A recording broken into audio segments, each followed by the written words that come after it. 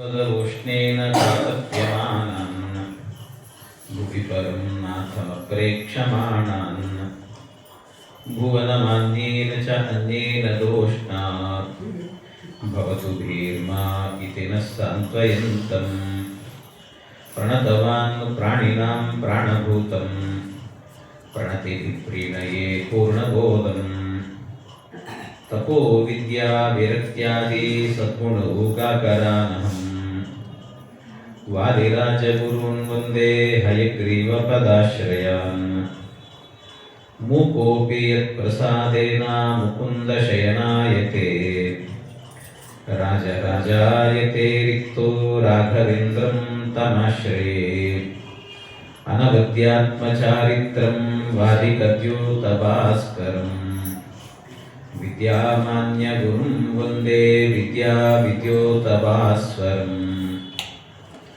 तपस्वाध्यायशुश्रूषा कृष्णपूजारतं मुनिं विश्वेशविष्टदं वन्दे परिव्राट्चक्रवर्तिनम् जन्माद्यस्य यतोऽन्वयादितरतश्चार्तेष्वज्ञस्वराट् तेने ब्रह्महृदाय आदिकवये मुह्यन्ति यं सूरयः तेजो वारिमृदां यथा विनिमयो यत्र त्रिसर्गो मृषा धाम्ना स्वेन सदा निरस्तकुहकं सत्यं परं धीमहि यं प्रौरजन्तमनुपेतमपेतकृत्यं त्वयिपायनो विरहकातर आजुहाव पुत्रेति तन्मयतया तरवोऽपि नेदुः तं सर्वभूतहृदयं मुनिमानतोऽस्मि निगमकल्पतरोर्गलितं पदं शुकमुखादमृतद्रवसंयुतं पिबत भागवतं रसमागयम् मुहुरवो रसिका भुवि भावुका हरिकथामृतसार गुरुगण करुणದಿಂದಾಪನಿತು ಬೇಳುವೆ ಪರಮ ಭಗವದ್ಭಕ್ತರಿದನಾದರದಿ ಕೇಳುವುದು. ಶ್ರೀ ಗುರುಭ್ಯೋ ನಮಃ. ಹರಿ ಓಂ ಹರಿ ಓಂ ಹರಿ ಓಂ.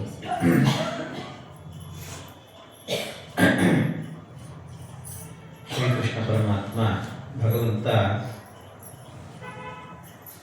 ಕಾಳಿಯ ಮರ್ದನ ಗೋಪಿಕಾ ಸ್ತ್ರೀಯರಿಗೆ ಅವರಿಗೆ ಕೊಡಬೇಕಾದ ಆನಂದವನ್ನು ಕೊಟ್ಟದ್ದು,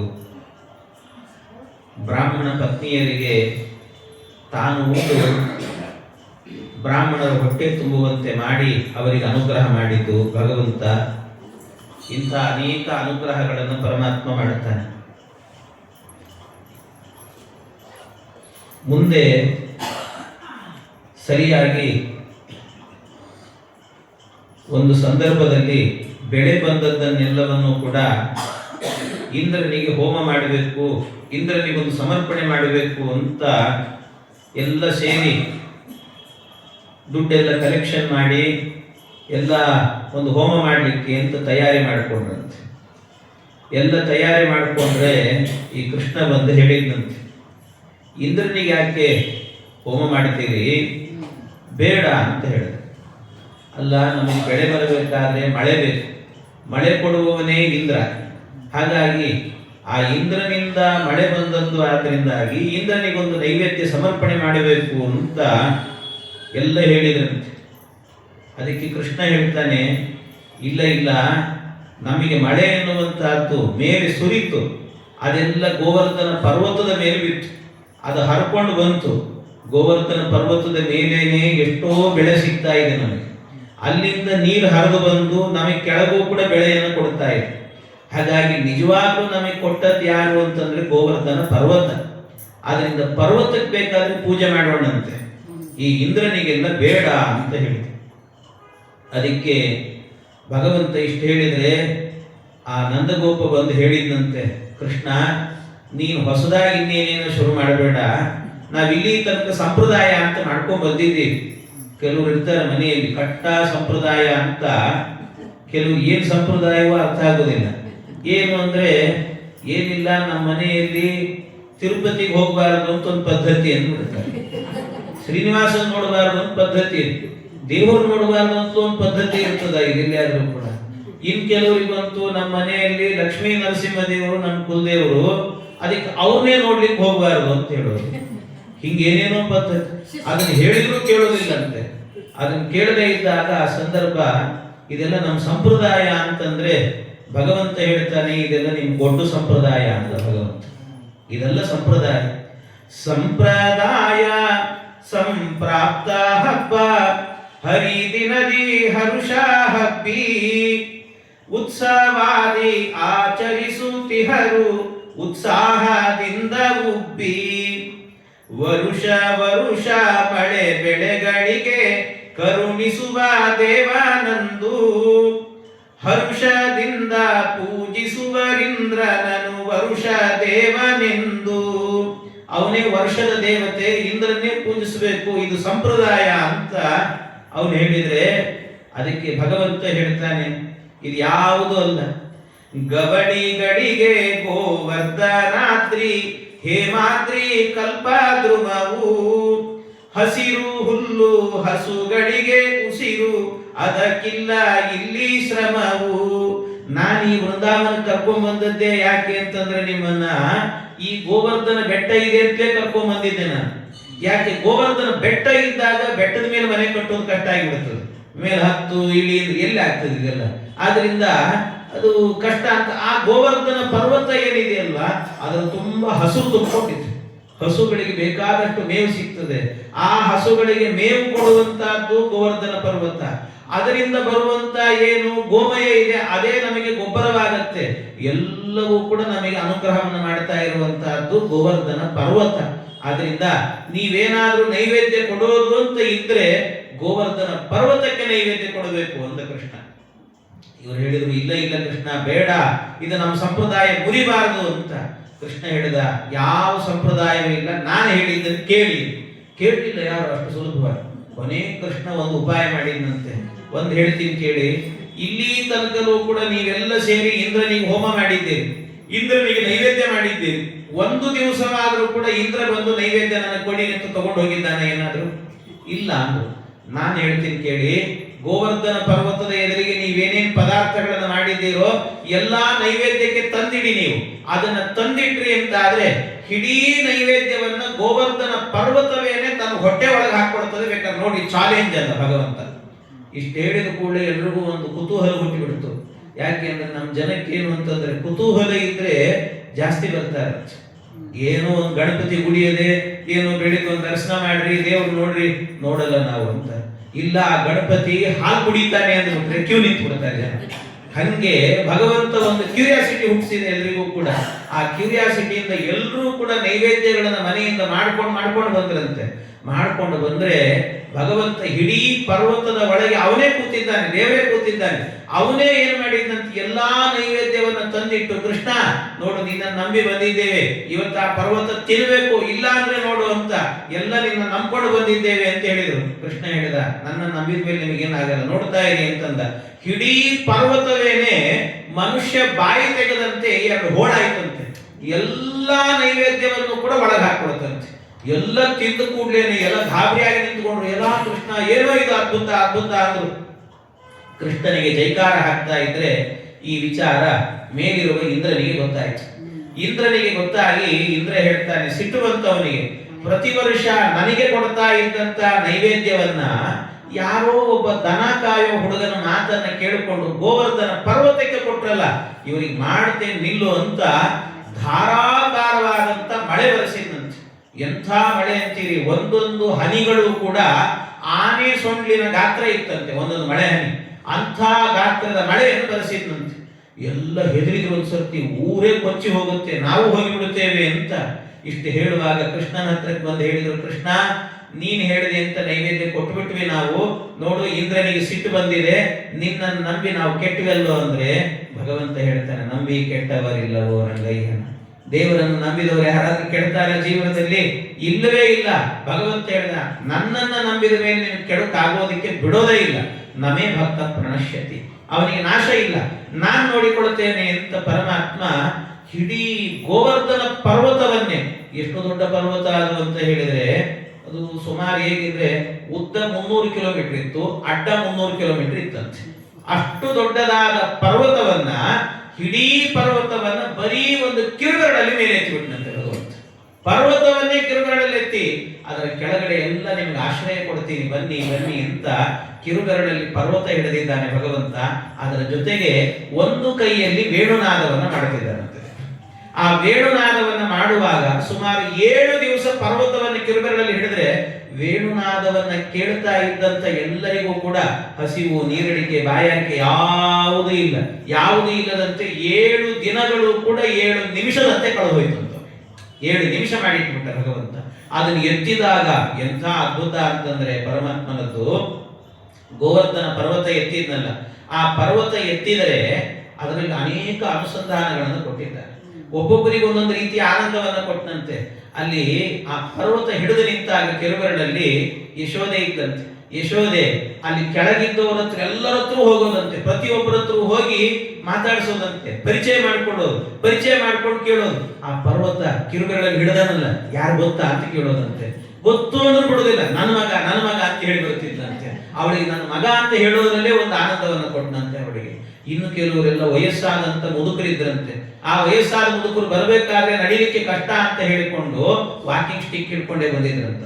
ಬರ್ಬೇಕಾದ್ರೆ ಅವರೆಲ್ಲ ನೋಡಿದ್ರು, ಕೃಷ್ಣ ಕಿರುಬೆರಳಲ್ಲಿ ಹಿಡಿದಿದ್ದಾನೆ ಪರ್ವತ, ಅಕಸ್ಮಾತ್ ಸ್ಲಿಪ್ ಆಗಿ ಕೆಳಗೆ ಬಿದ್ದರೆ ನಮ್ ಗತಿ ಏನಪ್ಪಾ, ಇಲ್ಲಿ ಅಪ್ಪಚ್ಚಿ ಆಗಿಬಿಡ್ತೀವಲ್ಲ ನಾವು, ಅದಕ್ಕೆ ಕೃಷ್ಣನಿಗೆ ನಾವು ಸಹಾಯ ಮಾಡೋಣ ಅಂತ ಬ್ಯಾಲೆನ್ಸ್ ಅಂತ ಎಲ್ಲ ಆ ಸ್ಟಿಕ್ಕನ್ನು ಹೀಗೆ ಹಿಡ್ಕೊಂಡ್ರಂತೆ. ಎಷ್ಟೊತ್ತು ಹಿಡ್ಕೊಳ್ಳಿಕ್ಕೆ 5 ನಿಮಿಷ ಆದ ಕೂಡಲೇ ಕೈ ಸೋತೋಯ್ತು ಅವರಿಗೆಲ್ಲ. ಅಯ್ಯೋ ನಮ್ಮ ಕೈ ಆಗಲ್ಲ ಇನ್ನ ಅಂತ ಕೆಳಗಿಡಿಸಿ, ಕೃಷ್ಣ ನಿನ್ನ ಪಾದದ ಬುಡದಲ್ಲಿ ಇದ್ದೀವೋ ಭಗವಂತ, ರಕ್ಷಣೆ ಮಾಡು ಅಂತ ಬಿದ್ದರಂತೆ ಎಲ್ಲರೂ ಕೂಡ. ಹೀಗೆ ಭಗವಂತ ಅವರಿಗೆ ನಿನ್ನ ಆಶ್ರಯದಲ್ಲಿದ್ದೇನೆ ಎನ್ನುವ ಆನಂದವನ್ನು ಅವರಿಗೆ ಕೊಟ್ಟಿದ್ದಂತೆ ಪರಮಾತ್ಮ. ಇನ್ನಷ್ಟೇ ಇಲ್ಲ, ಅದರ ಜೊತೆಗೆ ಇನ್ನೊಂದು ವಿಶೇಷ ಏನು ಅಂದ್ರೆ ಅಲ್ಲೆಲ್ಲ ಅನೇಕ ಜನ ಹುಡುಗಿಯರಿದ್ದರಂತೆ. ವಯಸ್ಸಿಗೆ ಬಂದ ಹುಡುಗಿಯರು, ಮದುವೆ ಆಗಿರಲಿಲ್ಲ ಅವರಿಗೆ. ಆ ಹುಡುಗಿಯರೆಲ್ಲ ಏನ್ ಮಾಡ್ತಿದ್ರಂತೆ, ಪ್ರತಿಯೊಬ್ಬರು ಬೇಕು ಅಂತ ಕೃಷ್ಣನ ಎದುರಿಗೆ ಓಡಾಡ್ತಾ ಇದ್ರಂತೆ. ಎಲ್ಲ ಹುಡುಗಿಯರು ಅಲ್ಲೇ ಓಡಾಡೋರು. ಯಾಕೆ ಅಂದ್ರೆ ಅವರೆಲ್ಲ ಮನಸ್ಸಲ್ಲಿ ಅಂದ್ಕೊಂಡ್ರಂತೆ, ಎಲ್ಲ ಎಂಥ ಹುಡುಗ ಇವನು, ಕಷ್ಟ ಅಂತ ಬಂದ್ರೆ ಪರ್ವತವನ್ನೇ ಕಿರುಬೆರಳಲ್ಲಿ ಎತ್ತುತ್ತಾನೆ ಅಂದ್ರೆ ಜೀವನದಲ್ಲಿ ಕಷ್ಟವೇ ಇಲ್ಲದಂತೆ ನೋಡಿಕೊಡ್ತಾನೆ ಈ ಹುಡುಗ. ಆದ್ರಿಂದ ನಮ್ಮ ಜೀವನದಲ್ಲಿ ಗಂಡ ಅಂತಿದ್ರೆ ಕೃಷ್ಣನೇ ಬರಬೇಕು ನೋಡು ಅಂತ ಎಲ್ಲರೂ ಕೃಷ್ಣನ ಕಡೆಗೆ ನೋಡ್ತಾ ಇದ್ರಂತೆ. ಇನ್ ಕೆಲವು ಬೇರೆ ಹುಡುಗರು ಇದ್ರಂತೆ, ಆ ಹುಡುಗರೆಲ್ಲ ಕೃಷ್ಣನ್ ಬೈಕೊಂಡ್ರಂತ ಅವರೆಲ್ಲ. ಯಾಕೆ ಅಂದ್ರೆ ಇರೋ ಬರೋ ಹುಡುಗಿಯರೆಲ್ಲ ನಿನ್ನನ್ನೇ ನೋಡ್ತಾ ಇದ್ರೆ ನಮಗೇನೋ ಗತಿ ಅಂತ ಅವರೆಲ್ಲ ಪಾಪ. ಹೀಗೆ ಒಬ್ಬೊಬ್ಬರಿಗೆ ಒಂದೊಂದು ರೀತಿಯಲ್ಲಿ ಅನುಗ್ರಹಗಳನ್ನು ಮಾಡ್ತಿದ್ದ ಪರಮಾತ್ಮ. ಆ ರೀತಿ ಮಾಡಿದ ಭಗವಂತ. ಅಷ್ಟೇ ಅಲ್ಲ, ಆ ಗೋವರ್ಧನ ಪರ್ವತ ಎತ್ತಿದ್ನಲ್ಲ, ಅದರಿಂದ ಜಗತ್ತಿನಲ್ಲಿ ಒಂದು ಒಗಟಿತ್ತಂತೆ. ಆ ಸಂದರ್ಭದಲ್ಲಿ ಆ ಒಗಟನ್ನ ಪರಿಹಾರ ಮಾಡಿದಂತೆ ದೇವರು. ಏನದು ಒಗಟು ಅಂತ ಹೇಳಿದ್ರೆ, ಶಿಶೋಕರೆ ಹಸ್ತಿ ಸಹಸ್ರಮಸ್ತಿ, ಇದೊಂದು ಒಗಟಿದೆ. ಹೇಗೆ ಹೇಳ್ತಿರ್ತೀವಲ್ಲ, ಅಮ್ಮನ ಸೀರೆ ಮಾಡಿಸ್ಲಿಕ್ಕಾಗಲ್ಲ, ಅಪ್ಪನ ದುಡ್ಡು ಎಡಿಸ್ಲಿಕ್ಕಾಗಲ್ಲ ಅಂತೆಲ್ಲ, ಹಾಗೆ ಶಿಶೋಕರೆ ಹಸ್ತಿ ಸಹಸ್ರಮಸ್ತಿ ಅಂತ ಮಗುವಿನ ಕೈಯಲ್ಲಿ 1000 ಆನೆಗಳಿವೆ ಅಂತ ಅದಕ್ಕೆ ಅರ್ಥ. ಮಗುವಿನ ಕೈಯಲ್ಲಿ 1000 ಆನೆಗಳಿವೆ. ಹೆಂಗ್ ಬಿಡಿಸ್ತೀರಿ ಒಗಟಂತೀರಿ. ಶಿಶೋಕರೆ ಹಸ್ತಿ ಸಹಸ್ರಮಸ್ತಿ, ಈ ಒಗಟು ಬಿಡಿಸಿದಂತೆ ಭಗವಂತ ಗೋವರ್ಧನ ಪರ್ವತ ಎತ್ತಿದಾಗ. ಹೇಗೆ ಅಂದ್ರೆ ಭಗವಂತ ಗೋವರ್ಧನ ಪರ್ವತ ಎತ್ತಿದ್ನಲ್ಲ, ಆಗಿನ್ನೂ ಅವನಿಗೆ 6 ವರ್ಷ, 6.5 ವರ್ಷ ಅಷ್ಟೇ. ಆ ವಯಸ್ಸಿನಲ್ಲಿ ಪರ್ವತ ಎತ್ತಿದ್ದಾನೆ ದೇವರು. ಆ ಪರ್ವತವನ್ನ ಎತ್ತಿದಾಗ ಭಗವಂತ ಆಗೇನಾಗಿತ್ತು, ಮೇಲೆ ಪರ್ವತದ ಗಾತ್ರ ಎಷ್ಟಿತ್ತು, 300 ಕಿಲೋಮೀಟರ್ ಇತ್ತದು. ಅದರ ಮೇಲೆಲ್ಲ ದೊಡ್ಡ ಏನಿತ್ತು ಅಂದ್ರೆ ಕಾಡೇ ಇತ್ತಂತೆ. ಆ ಕಾಡಿನಲ್ಲಿ ಅನೇಕ ಪ್ರಾಣಿಗಳು, ಅದರಲ್ಲಿ ಆನೆಗಳು ಇದ್ದುವಂತೆ. ಆದ್ರಿಂದ ಆ ಆನೆಗಳೆಲ್ಲವೂ ಕೂಡ ಕಾಡಿನಲ್ಲಿ ಓಡಾಡಿಕೊಂಡಿದ್ದು. ಅವುಗಳೆಲ್ಲಿದ್ದಾವೆ, ಪರ್ವತದಲ್ಲಿ. ಪರ್ವತ ಎಲ್ಲಿದೆ, ಕೃಷ್ಣನ ಕೈಯಲ್ಲಿ. ಆದ್ರಿಂದಾಗಿ ಶಿಶೋಕರೆ ಹಸ್ತಿ ಸಹಸ್ರಮಸ್ತಿ ಅಂದ್ರೆ ಗೋವರ್ಧನೋದ್ಧಾರಕ ಶ್ರೀಕೃಷ್ಣ ಅಂದ್ರೆ ಅದಕ್ಕೆ ಉತ್ತರ ಅಂತ ಆಯ್ತು. ಈ ರೀತಿ ಒಗಟನ್ನ ಪರಿಹಾರ ಮಾಡಿಕೊಟ್ಟ ಭಗವಂತ ಅಂತ ಹೇಳ್ತಾರೆ ವಾದರಾಜರು. ಈ ರೀತಿ ಭಗವಂತ ಮಾಡಿದ. ಇನ್ನೂ ಒಂದೇನು ಅಂತಂದ್ರೆ, ಭಗವಂತ ಇಷ್ಟೆಲ್ಲ ಮಾಡಿ ಆ ಗೋವರ್ಧನ ಪರ್ವತವನ್ನ ಎತ್ತಿದ್ನಲ್ಲ, ಯಾಕೆ ಗೋವರ್ಧನವನ್ನ ಎತ್ತುವಾಗ ಹನುಮಂತ ಈ ಗಂಧಮಾದನವನ್ನ ತರಬೇಕಾದ್ರೆ ಹೀಗೆ ಹಿಡ್ಕೊಂಡು ಬಂದ, ಅವನಿಗೆ ಕಿರುಬೆರಳಲ್ಲಿ ಎತ್ತಿಲ್ಲ, ಕೈಯಲ್ಲಿ ಹೀಗೆ ಹಿಡ್ಕೊಂಡು ಬಂದ್ಬಿಟ್ಟ.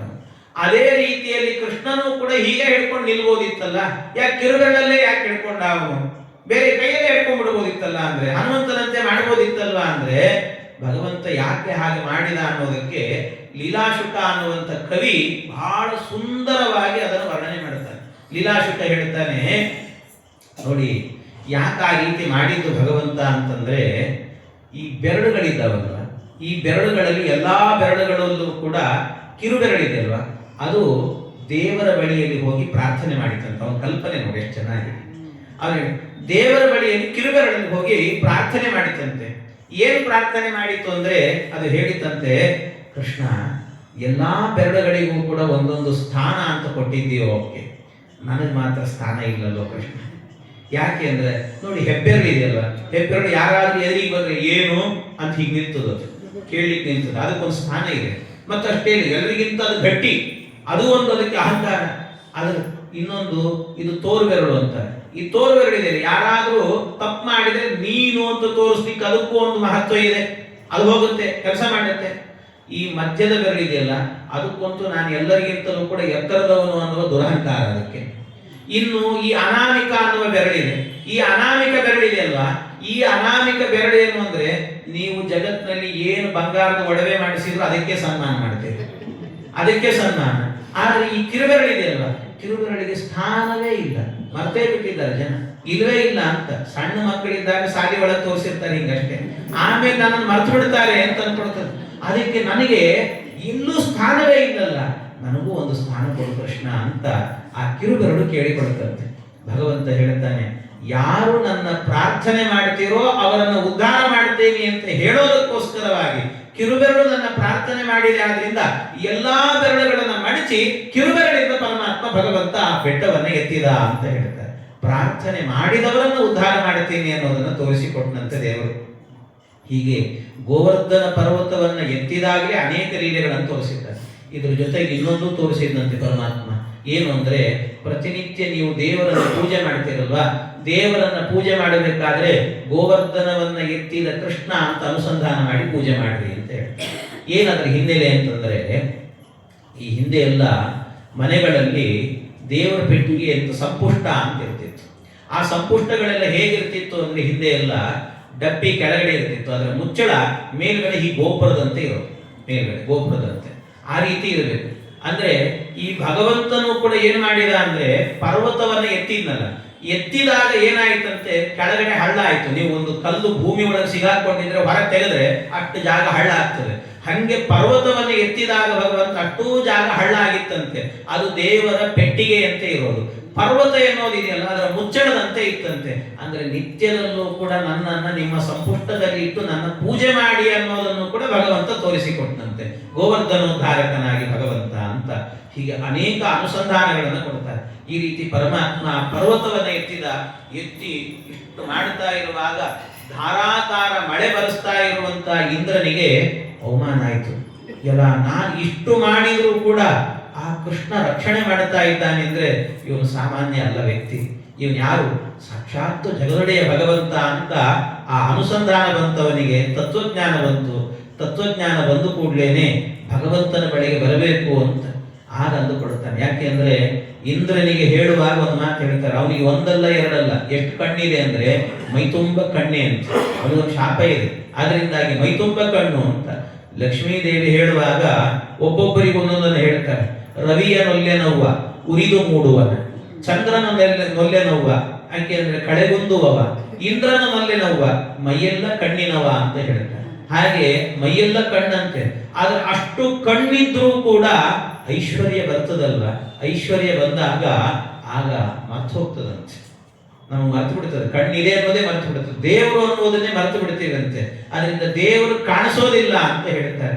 ಅದಕ್ಕೋಸ್ಕರ ಐಶ್ವರ್ಯ ಬಂದಾಗ ಸದಾ ಲಕ್ಷ್ಮೀ ದೇವಿ ಹತ್ರ ಕೇಳ್ಕೊಳ್ಬೇಕಂತೆ ನಾವು, ಲಕ್ಷ್ಮಿ ದಯವಿಟ್ಟು ನನಗೆ ಇಷ್ಟು ಐಶ್ವರ್ಯ ಕೊಟ್ಟಿದ್ದಿ, ಆದ್ರೆ ದೇವರನ್ನ ಮರೆಯುವಂತಹ ಕಣ್ಣು ಮಾತ್ರ ಕೊಡಬೇಡ ನನಗೆ, ಯಾವಾಗಲೂ ಭಗವಂತನನ್ನು ನೋಡುವ ಕಣ್ಣು ನನಗೆ ಕೊಡು.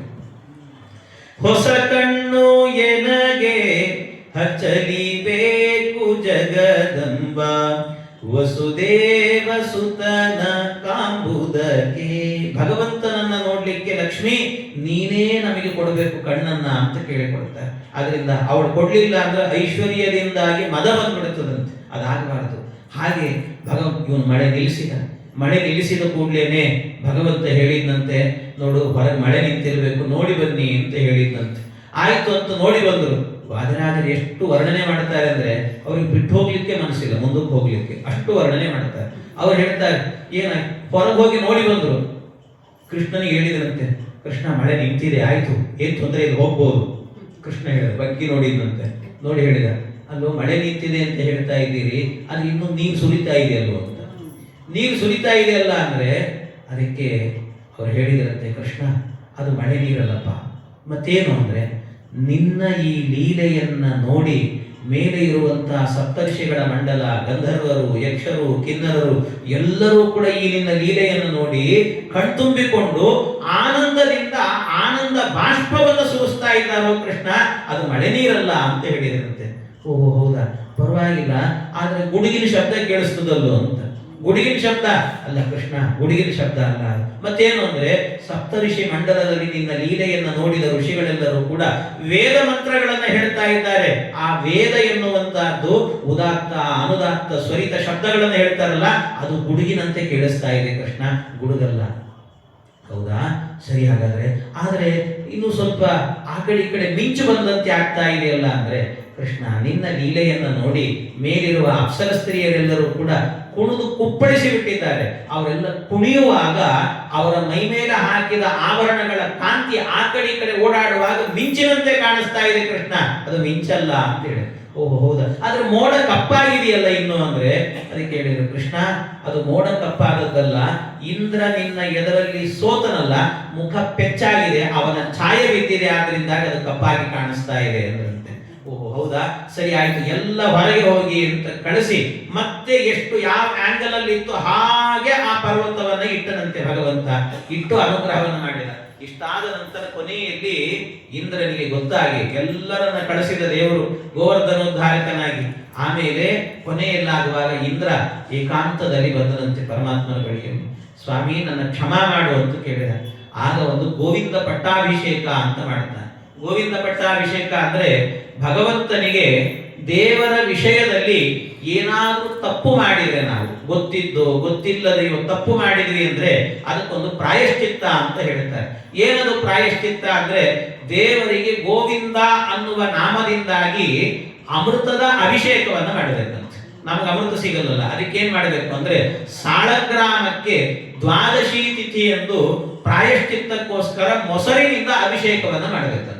ಅದನ್ನು ಮಾಡಿದೀವಿ ಅಂತ ಆದ್ರೆ ಅದು ಪ್ರಾಯಶ್ಚಿತ್ತ ಅಂತ ಹೇಳ್ತಾರೆ. ಹಾಗಾಗಿ ಅಂತಹ ದೇವರ ವಿಷಯದಲ್ಲಿ ತಪ್ಪು ಮಾಡಿದ್ರೆ ಇದನ್ನು ಮಾಡಬೇಕು ಅಂತ, ಹಾಗೆ ಅದನ್ನು ಪ್ರಾಯಶ್ಚಿತ್ತ ಮಾಡಿಕೊಂಡ ಗೋವಿಂದ ಗೋವಿಂದ ಗೋವಿಂದ ಅಂತ ನಾಮಸ್ಮರಣೆ ಮಾಡಿದಂತೆ ಎಲ್ಲಾ ಪಾಪಗಳು ಪರಿಹಾರ ಆಗತ್ತೆ ಗೋವಿಂದ ನಾಮಸ್ಮರಣೆ. ಅದಕ್ಕೆ ಹೇಳು ತುತ್ತು ತುತ್ತಿಗೆ ಗೋವಿಂದ ಎನ್ನಿ ಅಂತ ಹೇಳ್ತಾರೆ. ಒಂದು ತುತ್ತು ತಿನ್ನುವಾಗಲೂ ಕೂಡ ಗೋವಿಂದ ಅಂತ ನಾಮಸ್ಮರಣೆ ಮಾಡಬೇಕು. ಅದರಿಂದ ಎಲ್ಲ ಪಾಪಗಳು ಕೂಡ ಅಚ್ಯುತ, ಅನಂತ, ಗೋವಿಂದ, ಇದು ಬಹಳ ಶ್ರೇಷ್ಠವಾದ ನಾಮಗಳು ಅಂತ. ಎಲ್ಲಾ ಪಾಪ ಪರಿಹಾರ ಅಂತ ಏನೇನು ಮಾಡಿರ್ತೀರಿ ನೀವು ಆ ನಾಮತ್ರಯಗಳನ್ನ ಜಪ ಮಾಡಿದ್ರಿ ಅಂದ್ರೆ ಸರ್ವಲೋಕ ಪ್ರಾಯಶ್ಚಿತ್ತಾರ್ಥಂ ಅಂತಲೇ ಹೇಳೋದು. ಅದಕ್ಕೆ ನಾಮತ್ರಯ ಜಪಂ ಕರಿಷ್ಯೆ ಅಂತ. ಹಾಗೆ ಭಗವಂತ ಅವನ ಎಲ್ಲ ದೋಷಗಳನ್ನು ಕೂಡ ಕಳೆದ ಪರಮಾತ್ಮ. ಇಷ್ಟೆಲ್ಲ ಮಾಡಿ ಭಗವಂತ ಇರುವಾಗ ಒಮ್ಮೆ ಏನಾಯ್ತಂತೆ, ಮನೆಯಲ್ಲಿ ಇರಬೇಕಾದ್ರೆ ಅದು ಸಾಯಂಕಾಲದ ಹೊತ್ತು ಇಂದ್ರನಿಗೆ ಅನುಗ್ರಹ ಮಾಡಿದ ಸಾಯಂಕಾಲದ ಹೊತ್ತಲ್ಲಿ ಅದು ಗೋಧೂಳಿ ಲಗ್ನ ಅಂತ ಹೇಳ್ತಾರೆ. ಅದು ಎಲ್ಲ ಗೋವುಗಳನ್ನೆಲ್ಲ ಮನೆಗೆ ಕರ್ಕೊಂಡು ಹೋದ್ರಂತೆ. ಮನೆಗೆ ಕರ್ಕೊಂಡು ಹೋದಾಗ ಈ ಕಂಸನಿಗೆ ಗೊತ್ತಾಯ್ತಂತೆ, ಇಲ್ಲೊಬ್ಬ ಕೃಷ್ಣ ಅಂತಿದ್ದಾನೆ, ಇವನೇ ನನ್ನ ನಿಜವಾದ ಮೃತ್ಯು ಅಂತೆಲ್ಲ ವಿಷಯ ಗೊತ್ತಾಗ್ಬಿಡ್ತಾನೆ. ಏನಾದರೂ ಮಾಡಿ ಅವನನ್ನು ಕರೆಸಿ ಅವನ ಸಂಹಾರ ಮಾಡಬೇಕು ಅಂತ ವಿಚಾರ ಮಾಡಿ ಕೃಷ್ಣನ ಭಕ್ತ ಯಾರು ಅಂದ್ರೆ ಅಕ್ರೂರ. ಆ ಅಕ್ರೂರನನ್ನ ಕಳಿಸಿಕೊಟ್ಟನಂತೆ. ಅಕ್ರೂರ ಕೃಷ್ಣನ ಅತ್ಯಂತ ಭಕ್ತ, ಅತ್ಯಂತ ದೊಡ್ಡ ಭಕ್ತ. ಆದರೆ ಕೆಲಸ ಮಾಡಿದ್ದೆಲ್ಲಿ ಅಂದ್ರೆ ಕಂಸನ ಬಳಿಯಲ್ಲಿ ಕೆಲಸ ಮಾಡಿದ್ದು ಅವನ ಮಂತ್ರಿಯಾಗಿ ಕೆಲಸ ಮಾಡ್ತಾ ಇದ್ದಂತೆ. ಅದಕ್ಕೆ ಕೆಲಸ ಮಾಡಿದ ಅಂತ ಕೂಡಲೇ ಅವನು ದುಷ್ಟ ಆಗಬೇಕು ಅಂತೇನಿಲ್ಲ, ಹಾಗೆ ನಿಯಮ ಇಲ್ಲ. ಇದಕ್ಕೆ ಮಧ್ವಾಚಾರ್ಯರು ನಿರ್ಣಯವನ್ನು ಕೊಡ್ತಾರೆ. ಆಚಾರ್ಯ ಹೇಳ್ತಾರೆ ಏನು ಅಂದ್ರೆ ಇವರೆಲ್ಲರೂ ಸೇರಿಕೊಂಡು ಇಷ್ಟು ಜನ ಎಲ್ಲರನ್ನ ವಿಭಾಗ ಮಾಡುತ್ತಾರೆ ನಿರ್ಣಯ ಗ್ರಂಥದಲ್ಲಿ. ಆ ನಿರ್ಣಯ ಗ್ರಂಥದಲ್ಲಿ ವಿಭಾಗ ಮಾಡುವಾಗ ಯಾರ್ಯಾರು ದೇವತೆಗಳು ಕೃಷ್ಣಾವತಾರದ ಕಾಲದಲ್ಲಿ ಅವತಾರ ಮಾಡಿದವರು ಯಾರು ದೇವತೆಗಳು ಯಾರು ರಾಕ್ಷಸರು ಅಂತ ಹೆಂಗೆ ಕಂಡು ಹಿಡಿಯೋದು ಅಂತ. ಅದಕ್ಕೆ ಒಂದೇ ನಿರ್ಣಯ ಕೊಡ್ತಾರೆ. ಏನು ಅಂದ್ರೆ, ಯಾರೆಲ್ಲರೂ ಕೂಡ ಪಾಂಡವರ ಪಕ್ಷದಲ್ಲಿ ಇದ್ದರೋ ಅವರೆಲ್ಲ ದೇವತೆಗಳು ಅಂತ, ಯಾರು ಕೌರವರ ಪಕ್ಷದಲ್ಲಿದ್ದರೋ ಅವರೆಲ್ಲ ದೈತ್ಯರು ಅಂತ ಅರ್ಥ ಅಂತ ಒಟ್ಟಿಗೆ ನಿರ್ಣಯವನ್ನು ಕೊಟ್ಬಿಡ್ತಾರೆ. ಇಷ್ಟೆಲ್ಲ ನಿರ್ಣಯ ಕೊಟ್ಟಾದ ಮೇಲೆ ಅದರ ಮೇಲೆ ಮತ್ತೆ ಪ್ರಶ್ನೆ ಮಾಡ್ತಾರೆ, ಅಲ್ಲ ಕೌರವರ ಕಡೆ ಇದ್ದವರೆಲ್ಲರೂ ಕೂಡ ದೈತ್ಯರು ಅಂದ್ರೆ ಮತ್ತೆ ಭೀಷ್ಮಾಚಾರ್ಯರು, ದ್ರೋಣಾಚಾರ್ಯರು, ಕೃಪಾಚಾರ್ಯ ಇವರೆಲ್ಲ ಏನಾಗ್ಬೇಕು ಮತ್ತೆ ಹಾಗಾದ್ರೆ? ಇವರೆಲ್ಲ ಏನು? ಇವರೆಲ್ಲ ಹಾಗಾದ್ರೆ ಅವು ದೈತ್ಯರ ಹಾಗಾದ್ರೆ ಅಂದ್ರೆ ಭೀಷ್ಮ ದ್ರೋಣಾದಿಗಳು ಅಂತ ಕೇಳಿದ್ರೆ ಅದಕ್ಕೆ ಹೇಳ್ತಾರೆ, ಮತ್ತೆ ನಿರ್ಣಯವನ್ನು ಕೊಡ್ತಾರೆ, ಇಲ್ಲ ಇಲ್ಲ ಹಾಗಲ್ಲ, ಹಾಗೆ ನೋಡಿದ್ರೆ ಅವಾಗ ಅಕ್ರೂರನು ಕೂಡ ದೈತ್ಯ ಅಂತ ಆಗಿರ್ತಾರೆ. ಅದಕ್ಕೆ ನಿರ್ಣಯವನ್ನು ಕೊಡ್ತಾರೆ ಮಧ್ವಾಚಾರ್ಯರು. ಏನು ಅಂದ್ರೆ, ಹಾಗೆ ಅರ್ಥ ಮಾಡಿಕೊಡಬಾರದು. ಅವರೆಲ್ಲರೂ ಕೂಡ ಅಲ್ಲಿ ಇದ್ರು ಹೌದು, ಕೌರವರ ಪಕ್ಷದಲ್ಲಿ ಇದ್ರು ಹೌದು, ಆದರೆ ಬೆಳಗಾತ ಎದ್ದು ಕೂಡ್ಲೇನೆ ಮೊಟ್ಟ ಮೊದಲಿಗೆ ಸೂರ್ಯನಿಗೆ ನಮಸ್ಕಾರವನ್ನು ಮಾಡಿದಾಗ ಮೊದಲು ಹೇಳ್ತಾ ಇದ್ದ ಮಾತು ಏನು ಅಂದ್ರೆ, ಜಯೋಸ್ತು ಪಾಂಡವಾನ ಅಂತ ಹೇಳ್ತಿದ್ರು. ಪಾಂಡವರಿಗೆ ಜಯವಾಗಲಿ ಅಂತ ಹೇಳ್ತಾ ಇದ್ರಂತೆ. ಅಂದ್ರೆ ಅವ್ರು ಏನಾಗಿದ್ರು ಅಂದ್ರೆ, ದೈಹಿಕವಾಗಿ ಅಲ್ಲಿದ್ರು, ಫಿಸಿಕಲಿ ಅಲ್ಲಿದ್ರು ಅಷ್ಟೇ, ಆದ್ರೆ ಮೆಂಟಲಿ ಅಂದ್ರೆ ಮಾನಸಿಕವಾಗಿ ಪೂರ್ಣವಾಗಿ ಪಾಂಡವರ ಕಡೆಗೆ ಇದ್ರಂತವ್ರೆಲ್ಲರೂ ಕೂಡ. ಆದ್ರಿಂದಾಗಿ ಯಾರು ಫಿಸಿಕಲಿ ಅಲ್ಲಿದ್ರು ಕೂಡ ಮೆಂಟಲಿ ಅವರೆಲ್ಲರೂ ಕೂಡ ಎಲ್ಲಿದ್ರು ಅಂತಂದ್ರೆ ಪಾಂಡವರ ಕಡೆ ಇದ್ರ. ಆದ್ರಿಂದ ಅವರೆಲ್ಲ ದೇವತೆಗಳು ಅಂತ ಅರ್ಥ ಮಾಡ್ಕೊಳ್ಬೇಕು ಅಂತ ಇದೇ ಸಂದರ್ಭದಲ್ಲಿ ವಾದಿರಾಜ ಸ್ವಾಮಿಗಳದಕ್ಕೆ ವ್ಯಾಖ್ಯಾನವನ್ನು ಮಾಡ್ತಾ ಹೇಳ್ತಾರೆ, ಯಾರಾದರೂ ಕೂಡ ಎಲ್ಲಿಯಾದರೂ ಕೆಲವೊಂದು ಸಂದರ್ಭದಲ್ಲಿ ಜೀವನೋಪಾಯ ಅಂತ ಇರ್ತದೆ, ಜೀವನಕ್ಕೋಸ್ಕರವಾಗಿ ಎಲ್ಲೋ ಕೆಲಸ ಮಾಡಬೇಕಾಗ್ತದೆ, ಯಾರ್ದೋ ಕೈ ಕೆಳಗೆ ಕೆಲಸ ಮಾಡಬೇಕಾಗ್ತದೆ, ಅಯೋಗ್ಯರಿರ್ತಾರೆ, ಮುಟ್ಟಾಳಿರ್ತಾರೆ, ಅವ್ರ ಕೈ ಕೆಳಗೆ ಕೆಲಸ ಮಾಡಬೇಕು. ಹೌದು, ಇಲ್ಲ ಅಂತ ಹೇಳಿಲ್ಲ, ಅವ್ರು ಹೇಳಿದ್ದನ್ನು ಮಾಡ್ತಿರ್ತೀವಿ ಸಂಪಾದನೆಗೋಸ್ಕರ, ಹೊಟ್ಟೆಪಾಡಿಗೋಸ್ಕರ. ಆದರೆ ಹೊಟ್ಟೆಪಾಡಿಗೋಸ್ಕರವಾಗಿ ಅಯೋಗ್ಯರ ಕೈಯಲ್ಲಿ ಕೆಲಸ ಮಾಡಿದ್ರೂ ಪರವಾಗಿಲ್ಲ, ಆದ್ರೆ ಮಾನಸಿಕವಾಗಿ ನೀವು ಯಾವಾಗಲೂ ವೈಷ್ಣವರಾಗಿದ್ರಿ ಅಂತ ಆದ್ರೆ ಭಗವಂತ ನಿಮ್ಮನ್ನು ಅನುಗ್ರಹ ಮಾಡ್ತಾನೆ. ಅದಕ್ಕೆ ಅಕ್ರೂರನೇ ನಿದರ್ಶನ ಅಂತ ಹೇಳ್ತಾರೆ. ಹೀಗೆ ಅಕ್ರೂರನ ಪಾತ್ರ ಎನ್ನುವಂಥದ್ದು ಒಂದು ವಿಚಿತ್ರ. ಆ ಅಕ್ರೂರನನ್ನ ಕಳಿಸಿಕೊಡ್ತಾನೆ, ಕೃಷ್ಣನ ಕರ್ಕೊಂಡು ಬಾ ಅಂತ. ಅಕ್ರೂರ ಬಂದ. ಬರುವಾಗ ಕೃಷ್ಣ ಮನೆಗೆ ಹೋಗಿದ್ದ ಸಾಯಂಕಾಲ ಗೋಧೂಳಿ ಲಗ್ನದಲ್ಲಿ. ಈ ಅಕ್ರೂರ ಸರಿಯಾಗಿ ವೃಂದಾವನದ ಹತ್ತಿರಕ್ಕೆ ಬರ್ತಾ ಇದ್ದಂತೇನೆ ನೋಡಿದ ಕೃಷ್ಣನ ಪಾದದ ಗುರುತು ಕಾಣಿಸ್ತವನಿಗೆ, ಶಂಖಾಚಕ್ರಗಳು ಕಾಣಿಸ್ಬಿಡ್ತವನಿಗೆ ಅದರಲ್ಲಿ ಪಾದದ ಗುರುತಲ್ಲಿ. ನೋಡಿ ಇಷ್ಟು ಆನಂದ ಆಯಿತು. ರಥದಲ್ಲಿ ಕೂತಂತ ಅಕ್ರೂರ ಕೆಳಗೆ ಧುಮುಕಿದಂತೆ. ಆ ಕೃಷ್ಣನ ಪಾದದ ಗುರುತನ್ನ ಮಣ್ಣಲ್ಲಿ ಹೊರಳಾಡಿ ಬಿಟ್ಟಂತೆ ಒಂದ್ಸರ್ತಿ. ಕೃಷ್ಣ ಕೃಷ್ಣ ಕೃಷ್ಣ ಅಂತ. ಎಂಥ ಭಕ್ತಿ ಅವನದ್ದು ಅಕ್ರೂರ. ಅಷ್ಟು ಭಕ್ತಿಯಿಂದ ಅದರಲ್ಲಿ ಹೊರಳಾಡಿದ. ಹೆಜ್ಜೆಗಳನ್ನು ನೋಡ್ತಾ ನೋಡ್ತಾ ಹೆಜ್ಜೆ ಹೆಜ್ಜೆಗೆ ಒಂದೊಂದು ನಮಸ್ಕಾರ ಅಂತ ಮಾಡ್ತಾ ಹೋದಂತೆ. ಆಗ್ಲೇನೆ ಅಕ್ರೂರನಿಂದ ಆರಂಭ ಆಗ್ತದೆ ಹೆಜ್ಜೆ ನಮಸ್ಕಾರ ಅಂತ. ಹೀಗೆ ಹೆಜ್ಜೆ ನಮಸ್ಕಾರಗಳನ್ನ ಮಾಡ್ತಾ ಕೃಷ್ಣನ ಮನೆ ತನಕ ಮೈಯೆಲ್ಲಾ ಮಣ್ಣು ಮಾಡಿಕೊಂಡು ಎಲ್ಲ ಉರುಳಾಡಿಕೊಂಡು ಮಾಡಿಕೊಂಡು ಹೆಜ್ಜೆ ನಮಸ್ಕಾರ ಮಾಡಿಕೊಂಡು ಕೃಷ್ಣನ ಮನೆ ತನಕ ಹೋದಂತೆ. ಕೃಷ್ಣನ ಮನೆಗೆ ಹೋದ್ರೆ, ಈ ಅಕ್ರೂರ ಹೋದ್ರೆ ಎಲ್ಲಿದ್ದ ಕೃಷ್ಣ ಅಂತ ಕೇಳಿದ್ರೆ ಗೋವಿನ ಕೊಟ್ಟಿಗೆಯಲ್ಲಿ ಇದ್ದಂತೆ. ಏನ್ ಮಾಡ್ತಾ ಇದ್ದ ಅಂದ್ರೆ, ಕೃಷ್ಣ ಹಸುವಿನ ಹಾಲನ್ನು ಕರೀತಾ ಇದ್ದಂತೆ. ಇದರ ಮೂಲಕ ಜಗತ್ತಿಗೆ ಸಂದೇಶ ಕೊಡ್ತಾರೆ, ಭಕ್ತರು ನನ್ನ ಬಳಿಯಲ್ಲಿ ಭಕ್ತಿಯಿಂದ ಬಂದ್ರೆ ಹಸುವಿನ ಕೆಚ್ಚಲಿಂದ ಹಾಲು ಕರೆದಂತೆ ಅವರು ಕೇಳಿದ್ದನ್ನ ಕರೆದು ಕೊಡ್ತೇನೆ ನಾನು ಅನ್ನೋದನ್ನ ಭಗವಂತ ತೋರಿಸಿಕೊಡ್ತಾರೆ. ಅನುಗ್ರಹ ಮಾಡ್ತೇನೆ ಅನ್ನೋದಕ್ಕೆ ಇದು ನಿದರ್ಶನ ಅಂತ. ಕಾಲಕ್ಕೆ ಸರಿಯಾಗಿ ಅಕ್ರೂರ ಬಂದ ಕೂಡಲೇ ಬಲರಾಮನಿಗೆ ಹೇಳಿದಂತೆ, ಅಕ್ರೂರ ಬಂದಿದ್ದಾನೆ ಕರಿಯೋ ಒಳಗೆ ಅಂತ. ಆಯ್ತು ಅಂತ ಕರೆದ. ಮೊದಲು ಅವನಿಗೆ ಏನ್ ಮಾಡಿದ್ರಂತೆ, ಇಡೀ ಮೈಗೆಲ್ಲ ಸ್ನಾನ ಮಾಡಿಸಿ ಚಂದದಲ್ಲಿ ಕೃಷ್ಣನೇ ಮೈ ತೊಳೆದಂತೆ. ಅವನಿಗೆ ಮೈ ತೊಳೆದು ಸ್ನಾನವನ್ನ ಮಾಡಿಸಿ ಅಕ್ರೂರನಿಗೆ ಎಲ್ಲ ಆದ ನಂತರ ಶುದ್ಧವಾಗಿ ಕೂತ ನಂತರ ಮೊದಲು ಊಟಕ್ಕೆ ಹಾಕುವಂತ ಊಟದ ವ್ಯವಸ್ಥೆಯನ್ನು ಮಾಡಿ ಎಲ್ಲ ಆದ್ಮೇಲೆ ಊಟ ಗೀಟ ಎಲ್ಲ ಆದ್ಮೇಲೆ ಆಮೇಲೆ ಕೃಷ್ಣ ಕೇಳಿದಂತೆ, ಅಕ್ರೂರ ಏನ್ ಬಂದದ್ದು ಅಂತ ಕೇಳಿದಂತೆ. ನಮ್ಮಂತವರಾದ್ರೆ ಹಾಗಿರ್ತೀವಿ, ಯಾರಾದ್ರೂ ಮನೆಗೆ ಬಂದ್ರೆ ಯಾವಾಗ ಹೋಗ್ತೀನಿ ನೀನು ಅಂತಲೇ ನೋಡಿರ್ತೀವಿ. ಮೊದಲು ನಮ್ ಕಣ್ಣೆ ಆಗಿರ್ತೀವಿ, ಯಾವಾಗ ಹೋಗ್ತೀವಿ ಹಾಳಾದವನು ಅಂತ ಅನ್ಕೊಳ್ತಿರ್ತೀವಿ. ಮತ್ತ ಆಮೇಲೆ ಅವನೇನಾದ್ರು ಇದ್ದ ಅಂದ್ರೆ, ಇಲ್ಲ ನಾವು ಅಡಿಗೆ ಮಾಡಿಲ್ಲ ಇವತ್ತು, ನೀವು ಪಕ್ಕದ ಮನೆಗೆ ಹೋಗ್ಬೋದು ಅಥವಾ ಅಲ್ಲಿ ಹೋಗ್ಬೋದು ಇಲ್ಲಿ ಹೋಗ್ಬೋದು ಅಂತ ಹೇಳಿ ಕಳಿಸ್ತೀವಿ. ಯಾವಾಗ್ಲೂ ಹೇಗಿರ್ಬೇಕು ಅಂತಂದ್ರೆ, ಮೊದಲಿಗೆ ವಾಚಂ ದದ್ಯಾತ್ ಮನೋದದ್ಯಾತ್, ಒಂದೊಂದು ಕೊಡ್ಬೇಕಂತ. ಯಾರಾದ್ರೂ ಮನೆಗೆ ಅತಿಥಿಗಳು ಬಂದ್ರು ಅಂತ ಆದ್ರೆ ವಾಚಂ ದದ್ಯಾತ್ ಮಾತು ಕೊಡ್ಬೇಕಂತೆ, ಮನೋದದ್ಯಾತ್ ಮನಸ್ಸು ಕೊಡಬೇಕಂತೆ, ದೃಷ್ಟಿಂ ದದ್ಯಾತ್ ಕಣ್ಣು ಕೊಡಬೇಕಂತೆ. ಏನದು ಕಣ್ಣು ಕೊಡಬೇಕು ಅಂದ್ರೆ ಅರ್ಥ ಏನು ಅಂದ್ರೆ, ಕಣ್ಣು ಕಿತ್ಕೊಡ್ಬೇಕು ಅಂತ ಅರ್ಥ ಅಲ್ಲ. ಅಂದ್ರೆ ಅವರು ಬಂದ ವ್ಯಕ್ತಿಗಳಿಗೆ ನಮ್ಮ ಕಣ್ಣು ನೋಡುವಾಗ ನಾವು ಬಂದದ್ದು ಇವರಿಗೆ ಸಂತೋಷ ಆಗಿದೆ ಅಂತ ಅನ್ನಿಸ್ಬೇಕಂತೆ ಅವರಿಗೆ. ಕೆಲವರಿಗೆ ಅನಿಸ್ಬಿಡ್ತದೆ ನಾವು ಹೋಗಿದ್ದವ್ರಿಗೆ ಬೇಜಾರಾಗಿದೆ ಅಂತ ಅನಿಸ್ತದೆ, ಹಾಗೆ ವರ್ತನೆ ಮಾಡೋರು ಇರ್ತಾರೆ. ಹಂಗಾಗಬಾರ್ದು. ಕೃಷ್ಣ ಅದನ್ನು ತೋರಿಸಿಕೊಡ್ತಾನೆ. ಅತಿಥಿಗಳು ಬಂದಾಗ ಹೇಗೆ ಸತ್ಕಾರ ಮಾಡಬೇಕು ಅನ್ನೋದನ್ನ ಅದನ್ನು ಸತ್ಕಾರ ಮಾಡಿದ. ಆಮೇಲೆ ಕೇಳಿದಂತೆ ಏನು ಬಂದದ್ದು ಅಂತ ಕೇಳಿದ. ಆಗ ಕೇಳಿದಾಗ ಅವನು ಹೇಳ್ತಾನೆ, ಕಂಸ ಒಂದು ಬಿಲ್ಲಿನ ಹಬ್ಬ ಅಂತ ಇಟ್ಟಿದ್ದಾನೆ, ಸ್ಪರ್ಧೆ ಅಂತ ಇಟ್ಟಿದ್ದಾನೆ, ಅದಕ್ಕೆ ನಿನ್ನನ್ನು ಕರ್ಕೊಂಡು ಬರಬೇಕು, ನಿನ್ನನ್ನು ಬಲರಾಮನನ್ನು ಕರ್ಕೊಂಡು ಬರಬೇಕು ಅಂತ ಹೇಳಿದ್ದಾನೆ. ಅದಕ್ಕೆ ನೀನು ಮಥುರಾ ಪಟ್ಟಣಕ್ಕೆ ಬರಬೇಕು ಅಂತ ಹೇಳಿ. ಇಷ್ಟು ಹೇಳಿದ ಕೂಡಲೇ ಕೃಷ್ಣ ಹೇಳಿದ ಬಾಯಿ ಹಿಡ್ಕೊಂಡ್ಬಿಟ್ನಂತ. ಸುಮ್ಮನಿರೋ ಮಾರಾಯ, ಜೋರಾಗಿ ಹೇಳಬೇಡ ಅಂತಂದ. ಯಾಕೆ ಅಂದ್ರೆ ಈ ಸುದ್ದಿ ಏನಾದ್ರೂ ಕೂಡ ನಮ್ಮೂರಲ್ಲಿ ಎಲ್ಲಿಯಾದ್ರೂ ಕೂಡ ಲೀಕ್ಔಟ್ ಆದ್ರೆ ಮುಗಿದ ಕಥೆ ಅಂದ. ಯಾಕೆ ಅಂದ್ರೆ ಇಡೀ ಊರಿನ ಹೆಣ್ಮಕ್ಳು ನಾನು ಬಿಡೋದಿಲ್ಲ ಅಂತ, ಯಾರು ಕಳಿಸ್ಕೊಡಲ್ಲ ನನ್ನನ್ನ, ದಯವಿಟ್ಟು ಇದನ್ನು ಹೇಳಲಿಕ್ಕೆ ಹೋಗಬೇಡ, ಎಲ್ಲೂ ಕೂಡ ಸುಮ್ಮನೆ ಇಲ್ಲಿ ಸುಮ್ಮನೆ ಬಿಡು ಅಂತಂದ. ಸರಿ ಆಯ್ತು ಅಂತ ಅನ್ಕೊಂಡು ರಾತ್ರಿ ಮಲಗು. ಕೃಷ್ಣ ಮೊದಲೇ ಉಪಾಯ ಹೇಳಿದ. ಏನ್ ಮಾಡೋದು? ಏನು ಅಂದ್ರೆ ಕೋಳಿ ಕೂಗುವ ಮುನ್ನ, ಅಂದ್ರೆ ಕೋಳಿ ಇನ್ನೂ ಎದ್ದು ಕೂಗಬಾರ್ದು, ಅದಕ್ಕಿಂತ ಮೊದಲೇನೆ ನಾವಿಲ್ಲಿಂದ ಹೋಗ್ಬಿಡ್ಬೇಕು, ಹೊರಟೋಗ್ಬಿಡ್ಬೇಕು. ಬೆಳಿಗ್ಗೆ ಯಾರಿಗೂ ಹೇಳಬೇಡ, ಸುಮ್ಮನೆ ಮಲ್ಕೊಂಡಿರು, ಬೆಳಿಗ್ಗೆ ಬೇಗ ಎದ್ದೋಡೋಣಂತೆ ಹೊರಟೋಗ್ಬಿಡೋಣ ಅಂತ. ಕೆಲವರು ಮಾಘ ಸ್ನಾನ ಅಂತ ಬೆಳಿಗ್ಗೆ ಎದ್ದು ಹೇಳ್ತಾರೆ, ಅದಕ್ಕಿಂತ ಮೊದಲು ಹೋಗಿರ್ಬೇಕು ನಾವು ಅಂದ ಕೃಷ್ಣ. ಅದಕ್ಕೆ ಸರಿ ಅಂತ ಎಲ್ಲ ವಿಚಾರ ಮಾಡ್ಕೊಂಡು ತಯಾರಿ ಮಾಡ್ಕೊಂಡು ಇದನ್ನ ಮಾಡಿಕೊಂಡು ಎಲ್ಲ ಆಯ್ತು. ಬೆಳಿಗ್ಗೆ ಎಲ್ಲ ಏಳೋಕ್ಕಿಂತ ಮೊದಲು 3 ಗಂಟೆಗೇನೆ ಎದ್ದು ಎಲ್ಲ ಹೊರಡ್ಲಿಕ್ಕೆ ಶುರು ಮಾಡಬೇಕು ಅಂತ ಪ್ಯಾಕ್ ಮಾಡಿಕೊಂಡು ಹೊರಟ್ರಂತೆ. ರಥದಲ್ಲಿ ಕೂತ್ಕೊಂಡು, ಬರುವಾಗ ರಥದಲ್ಲಿ ಬಂದಿದ್ದ, ರಥದಲ್ಲಿ ಕೂತ್ಕೊಂಡು ರಥದ ಅಂದ್ರೆ ಕತ್ಲಿತ್ತು ಸ್ವಲ್ಪ, ಆದ್ರಿಂದ ರಥದ ಹೆಡ್ಲೈಟ್ ಆನ್ ಮಾಡಿದ್ದಂತೆ. ಹೆಡ್ಲೈಟ್ ಆನ್ ಮಾಡಿ ನೋಡ್ತಾನೆ, ಇಡೀ ವೃಂದಾವನದ ಹೆಣ್ಣು ಮಕ್ಕಳೆಲ್ಲರೂ ಕೂಡ ಎದುರಿಗೆ ಕೂತ್ಬಿಟ್ಟಿದ್ದಾರೆ. ಗಾಬರಿ ಆಯ್ತು ಒಂದ್ಸರ್ತಿ ಕೃಷ್ಣನಿಗೆ. ಏನೋ ಅಕ್ರೂರ, ಯಾರಿಗೂ ಹೇಳಬೇಡ ಅಂದಿದ್ದೆ, ಯಾಕೋ ಹೇಳಿದೆ ನೀನು ಅಂತ ಕೇಳಿದ.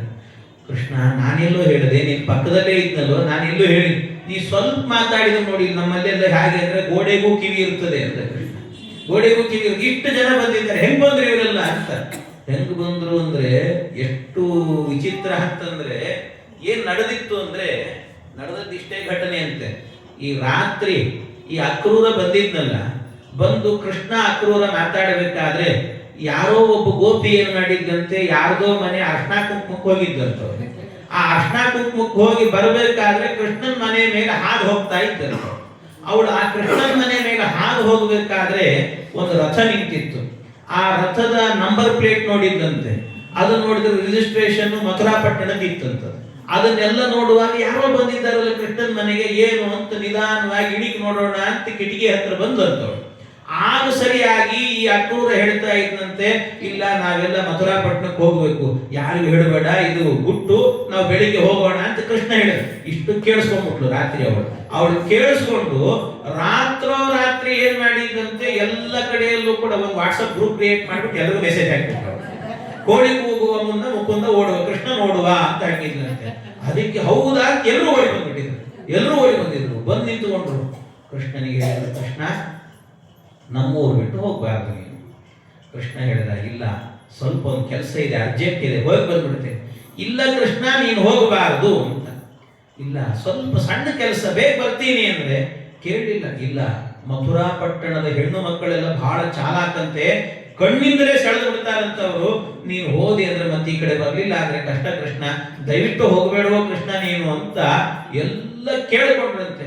ಎಷ್ಟು ಕೇಳಿದ್ರು ಕೊನೆಗೆ ಕೃಷ್ಣ ಒಪ್ಪಿಸಿದ, ಹಠ ಮಾಡಿ ಒಪ್ಪಿಸಿದ. ಇಲ್ಲ ನೀವು ನೋಡ್ತಾ ಇರಿ, ಹಿಂಗ್ ಹೋಗಿ ಹಿಂಗ್ ಬಂದ್ಬಿಡ್ತೀನಿ ಅಂತ. ಕೆಲವ್ರು ಹಾಗೆ ಇರ್ತಾರೆ, ಹಿಂಗ್ ಹೋಗಿ ಹಿಂಗ್ ಬರ್ತೀನಿ ಅಂತಾರೆ. ಹೋದವರು ರಾತ್ರಿ ಆದ್ರೂ ಬರುವುದಿಲ್ಲ, ಹಾಗೆ ಇರ್ತಾರೆ. ಹಾಗೆ ಕೃಷ್ಣನೂ ಕೂಡ ಏನಂತ, ಹಿಂಗ್ ಹೋಗಿ ಹಿಂಗ್ ಬರ್ತೀನಿ ಅಂತ. ಮತ್ತ ಆಮೇಲೆ ವಾಪಸ್ ಬಂದದ್ದು ಯಾವಾಗ ಅಂದ್ರೆ 42 ವರ್ಷ ಆದ್ಮೇಲೆ ಬಂದಂತೆ. ಅರ್ಥ ಮಾಡ್ಕೊಳ್ರಿ, ಕೃಷ್ಣನ್ ಹಿಂಗ್ ಹೋಗಿ ಹಿಂಗ್ ಬರೋದಂತ ಹಾಗೆ ಇರ್ತದಂತೆ. ಪರಮಾತ್ಮ ಇವರೆಲ್ಲ ಒಲ್ಲದ ಮನಸ್ಸಿನಿಂದಾಗಿ ಹೋಗು ಅಂತ ಕಳಿಸಿಕೊಟ್ರಂತೆ. ಅವರೆಲ್ಲ ಮಾತಾಡ್ಕೊಂಡ್ರಂತೆ, ನಮ್ಮ ಕೃಷ್ಣನ ಬೇಡ ಅಂದ್ರೂ ಕೂಡ ಈ ಕರ್ಕೊಂಡು ಹೋದ್ನಲ್ಲ ಯಾರು ಬಂದದ್ದು ಅಂತ, ಯಾರು ಬಂದಿದ್ರಲ್ಲ, ಯಾರು ಕರ್ಕೊಂಡು ಹೋದ್ರಲ್ಲ ಅಂತಂದ್ರಂತೆ. ಹೆಣ್ಮಕ್ಳೆಲ್ಲ ಸೇರ್ಕೊಂಡು, ಅವನು ಯಾರೋ ಅಕ್ರೂರ ಅಂತೆ, ಏನ್ ಹೆಸರಿಟ್ಟಿರ, ಅಕ್ರೂರಲ್ಲ ಅವ್ನು ಕ್ರೂರ ಅಂದ್ರಂತೆ. ಎಲ್ಲರೂ ನಮ್ಮಿಂದ ಕರ್ಕೊಂಡು ಹೋಗಲ್ಲ ಕೃಷ್ಣನ ಅಂತ ಆ ರೀತಿ ಎಲ್ಲ ಬೈಕೊಂಡ್ರು. ಈ ಕೃಷ್ಣ ಹೋದ ನಂತರ ಮಥುರಾ ಪಟ್ಟಣಕ್ಕೆ ಹೋಗ್ತಾನೆ. ಹೋದ ಕೂಡಲೇ ಮೊದಲಿಗೆ ಒಬ್ಬ ಅಗಸ ಸಿಕ್ಕನಂತೆ. ಆ ಅಗಸನು ಕೂಡ ಒಬ್ಬ ದೈತ್ಯನೇ. ಅವನ ಬಳಿಯಲ್ಲಿ ಒಳ್ಳೆ ಬಟ್ಟೆ ಇತ್ತು. ಒಂದು ಬಟ್ಟೆ ಕೊಡು ನನಗೆ ಅಂದ್ರೆ ಕೊಡಲ್ಲ ಅಂದವನು. ಅದಕ್ಕೆ ಅವನು ಕೊಂದೇ ಬಿಟ್ಟ ಭಗವಂತ. ನಿನ್ ಕತೆ ಮುಗಿದ್ ನಡಿ, ಇಲ್ಲಿಗೆ ಆಯುಷ್ಯ ಮುಗಿದಿದೆ ಎಂದು ಹೋಗು ಅಂತ ಕೊಂದ. ಅವನು ಬಟ್ಟೆ ಕಸಗೊಂಡ. ಅಲ್ಲಿಂದ ಬಟ್ಟೆ ಕಸಕೊಂಡು ಇಬ್ರು ಕೂಡ ಹೊರಟ್ರಂತೆ. ಹೊರಡುವಾಗ ದಾರಿಯಲ್ಲಿ ಒಬ್ಬ ತ್ರಿವಕ್ರ ಅಂತ ಒಬ್ಬಳಿದ್ದಂತೆ. ತ್ರಿವಕ್ರೆ ಅವಳದೇನು ಕೆಲಸ ಅಂದ್ರೆ ಪ್ರತಿನಿತ್ಯವೂ ಕೂಡ ಈ ಕಂಸನಿಗೆ ಗಂಧ ತೆಗೆದು ಕೊಡುವಂತ ಕೆಲಸ ಅವಳಿಗೆ. ನಿತ್ಯ ಒಂದು ಪಾತ್ರೆ ತುಂಬ ಗಂಧ ತೆಗಿತಿದ್ದಂತೆ. ಗಂಧ ತೇದು ತೇದು ತೇದು ಕಂಸನಿಗೆ ಹೊರಕೊಡ್ತಿದ್ದಂತೆ. ಈ ಕೃಷ್ಣ ಹೋದ, ಎದುರಿಗೆ ಹೋಗಿ ನಿಂತಂತೆ. ಅವಳು ತ್ರಿವಕ್ರೆ, ಸ್ವಲ್ಪ ಕೂನಿತ್ತು ಅವಳಿಗೆ, ಬಗ್ಗಿದ್ದಂತೆ. ಅವಳು ಬಗ್ಗಿದ್ದಾದ್ರಿಂದ ಕಾಣ್ತಾ ಇರಲಿಲ್ಲ. ಅದಕ್ಕೆ ಈ ಕೃಷ್ಣ ಎದುರುಗಡೆ ನಿಂತ್ಕೊಂಡು ಕೇಳಿದಂತೆ, ಗಂಧ ಕೊಡು ನನಗೆ ಅಂತ ಕೇಳಿದಂತೆ. ಗಂಧ ಕೊಡು ನನಗೆ ಅಂದ್ರೆ ಇದು ಕಂಸನಿಗೆ ಅಂದಂತ ಒಂದ್ಸರ್ತಿ. ತಲೆ ಬಗ್ಗಿತ್ತು, ಇದು ಕಂಸನಿಗೆ ಅಂದು ನಿಧಾನ ಹಿಂಗ್ ತಲೆ ಎತ್ತಿದ್ದಂತೆ. ಕೃಷ್ಣನ್ ನೋಡಿದ್ರು, ಅಲ್ಲ ಅಂದ. ಇದು ಕಂಸನಿಗೆ ಅಂದಿದ್ದು, ಆಮೇಲೆ ಅಲ್ಲ ಅಂದು ಕೃಷ್ಣನ್ ನೋಡುವ. ಕೃಷ್ಣ ಇದು ನಿನಗೆ ಅಂತ ಹೇಳಿಕೊಂಡು ಇಡೀ ಗಂಧವನ್ನ ಭಗವಂತನಿಗೆ ಗಂಧದ್ವಾರಾಂ ದುರಾದರ್ಶಾಂ ನಿತ್ಯ ಪುಷ್ಟಾಂ ಕರೀಷಿಣಿ ಈಶ್ವರೀಂ ಸರ್ವಭೂತಾನಾಂ ತಾಮಿಹೋಪಕ್ವಯೇ ಶ್ರಿಯಂ. ಎಲ್ಲ ಗಂಧವನ್ನ ಹಚ್ಚಿದಂತೆ. ಹಚ್ಚಿದ ಕೂಡಲೇನೆ ಭಗವಂತ, ಯಾರು ಭಗವಂತನಿಗೆ ಗಂಧಲೇಪನವನ್ನು ಮಾಡತೀರೋ ಅವರಿಗೆ ಸೌಂದರ್ಯವನ್ನು ಕೊಡ್ತಾನಂತೆ ಪರಮಾತ್ಮ. ಅದಕ್ಕೆ ನಿದರ್ಶನ ಏನು ಮಾಡಿದ, ಅವಳಿಗೆ 3 ಕಡೆಯಲ್ಲಿ ಗೂನಿತ್ತಲ್ಲ, ಒಂದು ಸರ್ತಿ ಅವಳ ಪಾದದ ಹೆಬ್ಬೆಟ್ಟಿನ ಮೇಲೆ ತನ್ನ ಹೆಬ್ಬೆಟ್ಟನ್ನು ಇಟ್ಟು ಅವಳ ಕಿವಿಯನ್ನು ಹಿಡಿದಿಗೆ ಮೇಲೆ ಕೆತ್ತಿದಂತೆ. 3 ಸರ್ತಿ ಫಟ್ ಫಟ್ ಫಟ್ ಅಂತ ಶಬ್ದ ಬಂತು. ನೋಡುತ್ತಾರೆ, ಪರಮ ಸುಂದರಿ ಆಗೋಗ್ಬಿಟ್ಟಿದ್ದಾಳೆ ತ್ರಿವಕ್ರೆ. ಪರಮ ಸುಂದರಿ, ಅಂಥ ಸೌಂದರ್ಯದ ಗಣಿಯಾದ್ರು. ಆ ಸೌಂದರ್ಯದ ಗಣಿಯಾದಾಗ ಆಗ ಅವಳನ್ನು ನೋಡಿ ಪರಮಾನಂದ ಆಯ್ತು. ಆ ಪರಮಾನಂದವಾದಾಗ ಎಲ್ಲರೂ ಕೂಡ ಬಂದ್ರಂತೆ. ಎಲ್ಲ ಹುಡುಗರು ಬಂದು ಈ ಹುಡುಗಿ ನಾವು ಮದುವೆ ಮಾಡ್ಕೊಳ್ತೀವಿ ಅಂದ್ರಂತೆ. ಎಲ್ಲರೂ ಕೂಡ ಅಲ್ಲಿ ತನಕ ಇವಳನ್ನು ನೋಡ್ಲಿಕ್ಕೆ ಬರ್ತಿರ್ಲಿಲ್ಲ ಯಾರು ಕೂಡ. ನಾವು ಮದುವೆ ಮಾಡ್ಕೊಳ್ತೀವಿ ಅಂದ್ರೆ ಕೃಷ್ಣ ಹೇಳಿದ, ಇವಳನ್ನು ಸುಂದರಿಯನ್ನಾಗಿ ಮಾಡಿದ್ದು ನಿಮಗೋಸ್ಕರ ಅಲ್ಲ, ಮತ್ತೆ ಯಾರಿಗೋಸ್ಕರ ಅಂದ್ರೆ ನನಗೋಸ್ಕರ ಅಂತ ಹೇಳಿ, ನನಗೋಸ್ಕರ ಮಾಡಿದ್ದು ಅಂತ, ನನಗೋಸ್ಕರ ಮಾಡಿದ್ದು ಅಂತ ಹೇಳಿ ಅವಳನ್ನು ಭಗವಂತನೇ ಮದುವೆ ಮಾಡಿಕೊಂಡ ಅಂತ ಹೇಳ್ತಾರೆ. ಇದಕ್ಕೆ ಒಂದು ಇದು ಪುರಾಣದಲ್ಲಿಲ್ಲ, ಬೇರೆ ಒಬ್ರು ಒಂದು ರಾಮಾಯಣ ಅಂತ ಬರೆದಿದ್ದಾರೆ. ಆ ರಾಮಾಯಣದ ಕಥೆಯಲ್ಲಿ ಸುಮ್ಮನೆ ಹೇಳ್ತಾರೆ ಅಷ್ಟೆ.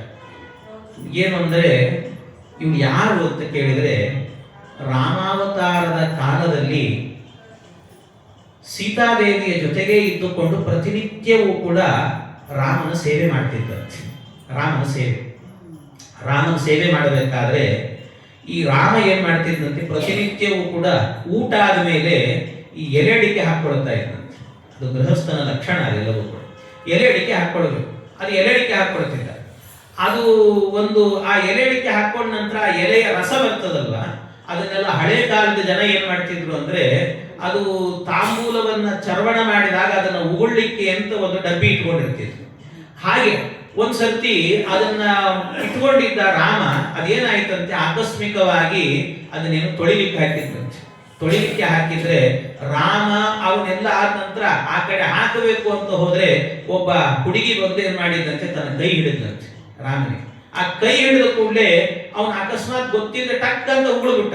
ಅದನ್ನ ಏನ್ ಮಾಡಿದಂತೆ, ಇವಳು ಚೆಲ್ಲಬೇಕೋ ಇಲ್ಲ, ಹೋಗಿ ಪಾನ ಮಾಡಿದ್ದಂತ. ಇದು ರಾಮನ ಪ್ರಸಾದ ಇರುವಂತ.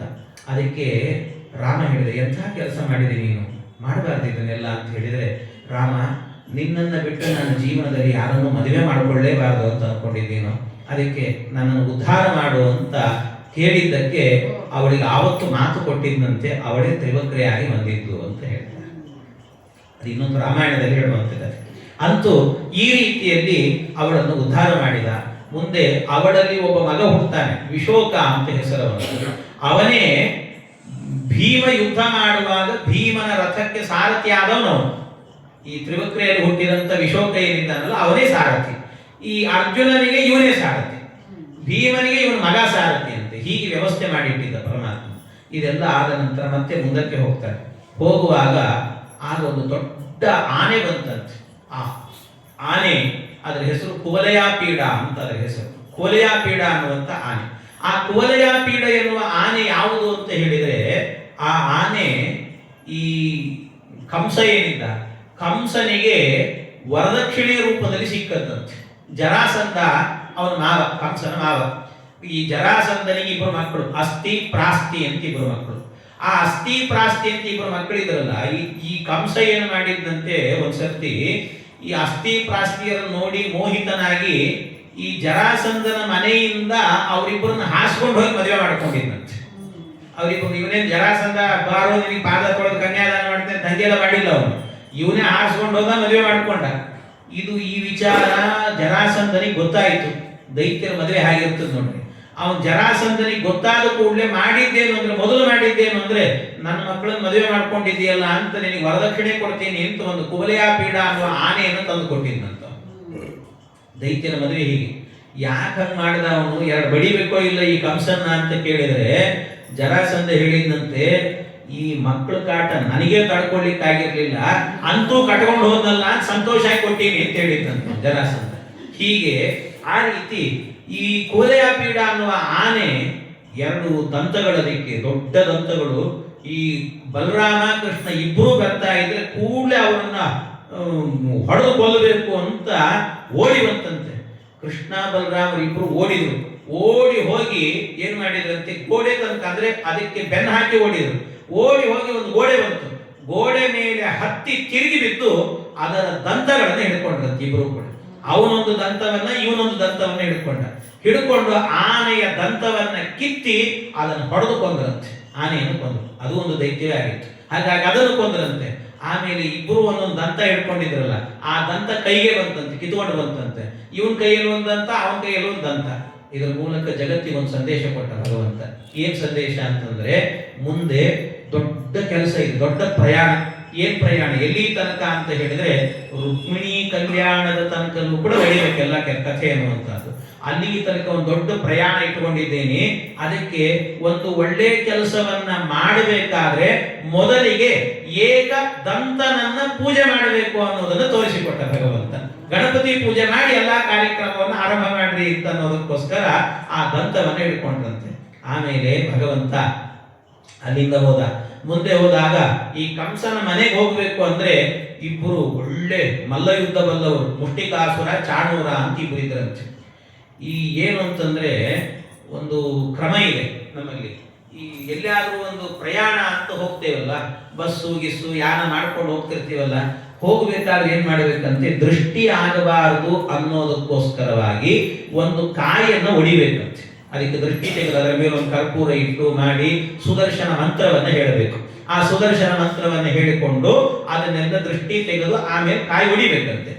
ಆ ಕಾಯಿ ಒಡೆದಾಗ ಅಕಸ್ಮಾತ್ ಏನಾದ್ರೂ ಒಂದು ಕೊಳತ ಕಾಯಿ ಬಂತು ಅಂತ ಇಟ್ಕೊಳ್ರಿ. ಅದು ಕಾಯಿ ಕೊಳತಿದ್ದು ಬಂದಿತ್ತು ಅಂದ್ರೆ ದೃಷ್ಟಿ ಎಲ್ಲ ಹೋಯ್ತು ಅಂತ ಅರ್ಥ, ಶುಭ ಅಂತ ಅರ್ಥ.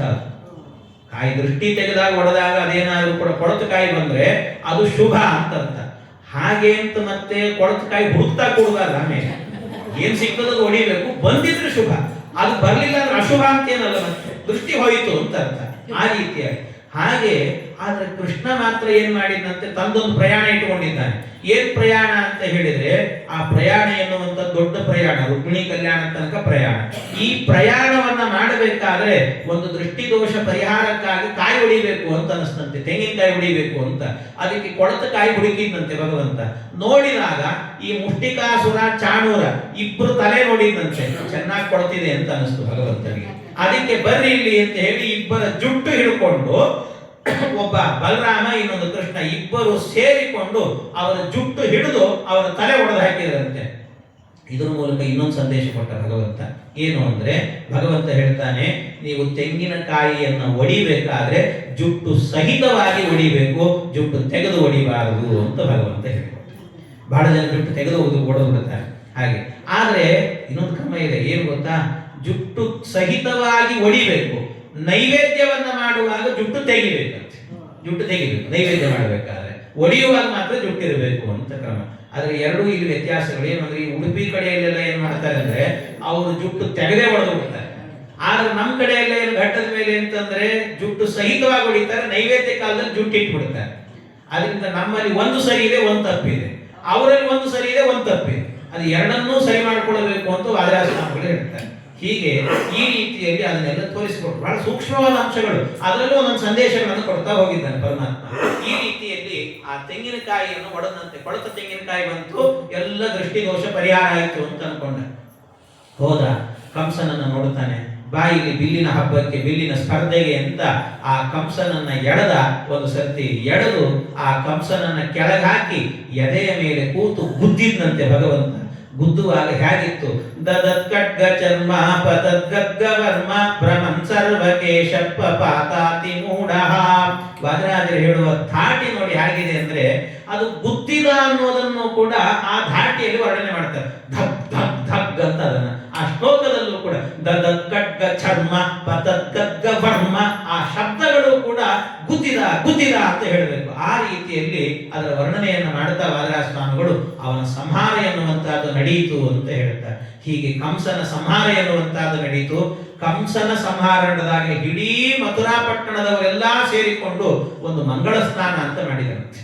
ಬಹಳ ಸಂತೋಷ ಆಯಿತು ಊರಿಗೆಲ್ಲ, ಇಂಥ ಒಬ್ಬ ಅಯೋಗ್ಯ ಹೋದಲ್ಲ ಅಂತ. ಆಮೇಲೆ ಉಗ್ರಸೇನನ್ನ ಪಟ್ಟಾಭಿಷಿಕ್ತನನ್ನಾಗಿ ಮಾಡಿ ಎಲ್ಲೂ ತಾನು ಕೂತ್ಕೊಳ್ಳಿಲ್ಲ ಭಗವಂತ. ಆಮೇಲೆ ಭಗವಂತ ಸಾಂದೀಪಿನಿ ಆಚಾರ್ಯ ಗುರುಕುಲಕ್ಕೆ ಹೋಗಿ ಅಧ್ಯಯನವನ್ನು ಮಾಡುತ್ತಾನೆ. ಆಮೇಲೆ ಗುರುದಕ್ಷಿಣೆ ಅಂತ ಮಗನನ್ನ ಬದುಕಿಸಿ ಕೊಡ್ತಾನಂತೆ ಪರಮಾತ್ಮ. ಅವರು ಸಮುದ್ರದಲ್ಲಿ ಅವನು ಹೋಗ್ಬಿಟ್ಟಿದ್ದ. ಈ ಸಾಂದೀಪ್ ಕೊನೆಗೆಲ್ಲ ಮುಗೀತು. ಮುಗಿದಾದ್ಮೇಲೆ ಏನ್ ಗುರುದಕ್ಷಿಣೆ ಬೇಕು ಅಂತ ಸಾಂದೀಪಿನಿ ಆಚಾರ್ಯ ಕೇಳಿದ್ರೆ, ಏನೂ ಬೇಡ ಕೃಷ್ಣ, ನಿನ್ನನ್ನೇನೋ ಕೇಳಿ ನಿನ್ನ ಅನುಗ್ರಹ ಇದ್ರೆ ಸಾಕು ಅನ್ನುವಂತೆ ಹೇಳಿದ್ರೆ, ಹೆಂಡತಿ ನಿಧಾನವಾಗಿ ಹೇಳಿದ್ದಂತೆ ಸಾಂದೀಪಿನಿ ಆಚಾರ್ಯ ಹೆಂಡತಿ, ಏನು ಅಂದ್ರೆ ನಮ್ಮ ಮಗ ಸತ್ತು ಹೋಗಿದ್ದಾನೆ ಕೃಷ್ಣ. ಸಣ್ಣವನಿದ್ದಾಗಲೇನೆ ಅಂದ್ರೆ ಮುಂದೆ ಎಲ್ಲ ಕಥೆಗಳೆಲ್ಲ ಗೊತ್ತಿತ್ತು, ಅದರಿಂದ ಸತ್ತವನು ಬದುಕಿಸ್ತಾನೆ ಅನ್ನುವಂತಹದ್ದಿದೆ, ಅದರಿಂದ ನಮ್ಮ ಮಗನೊಂದು ಬದುಕಿಸಿಕೊಡು ಅಂತ ಕೇಳ್ರಿ. ಆಯ್ತು ಅಂತ ಭಗವಂತ ಸಮುದ್ರದ ಒಳಗೆ ಹೋಗಿ ಆಗ ಆ ಒಬ್ಬ ಅಸುರ ಇರ್ತಾನೆ.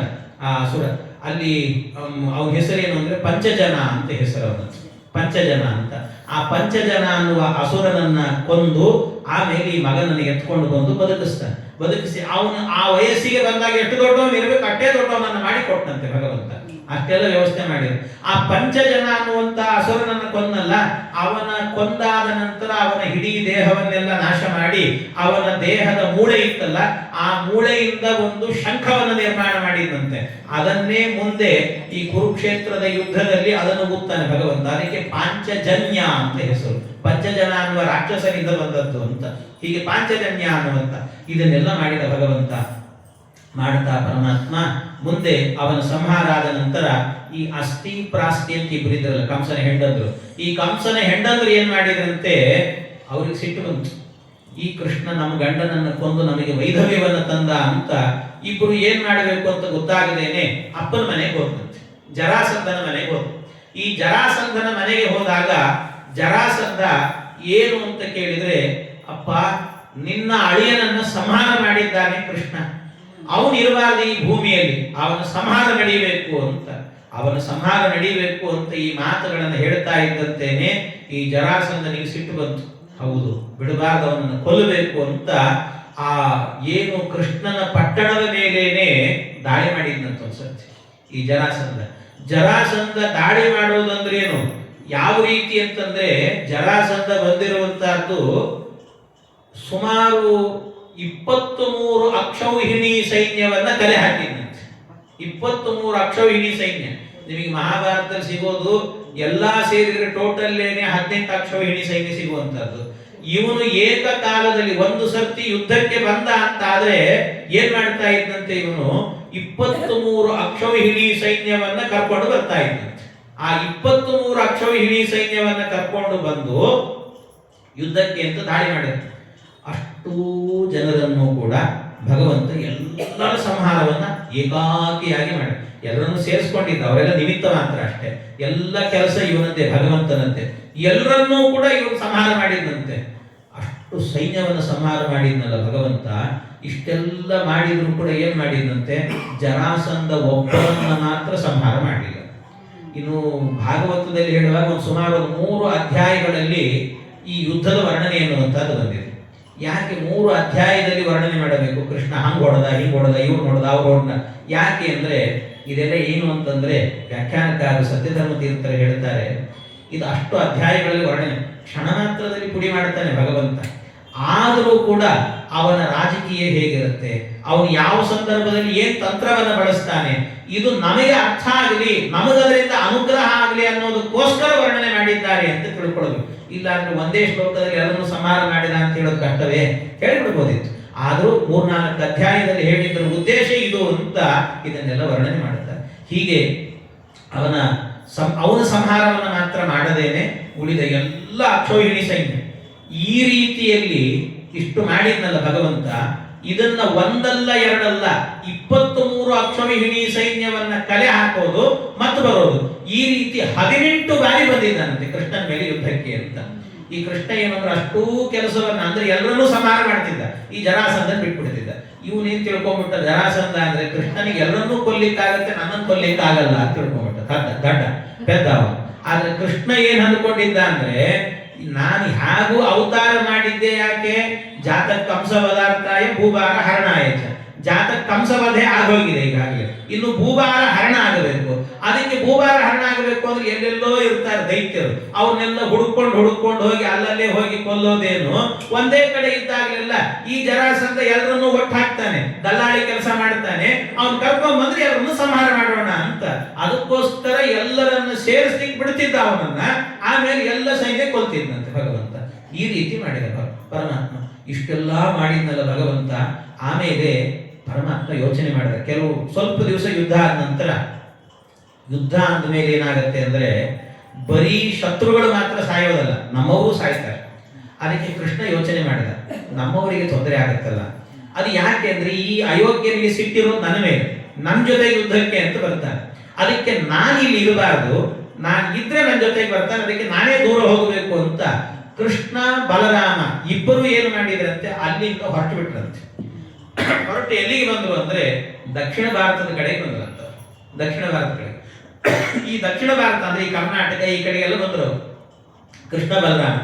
ಬರುವಾಗ ದಾರಿಯಲ್ಲಿ ಏನಾಯ್ತಂತೆ, ಒಂದು ಕಡೆ ದೂರದಲ್ಲಿ ಬಲರಾಮ ಕೃಷ್ಣ ಇರಬೇಕಾದ್ರೆ ದೂರದಲ್ಲಿ ಒಬ್ಬ ಋಷಿಗಳು ದೊಡ್ಡ ಜ್ಞಾನಿಗಳಂತೆ ತಪಸ್ಸನ್ನ ಮಾಡ್ತಾ ಕೂತಿದ್ರಂತ.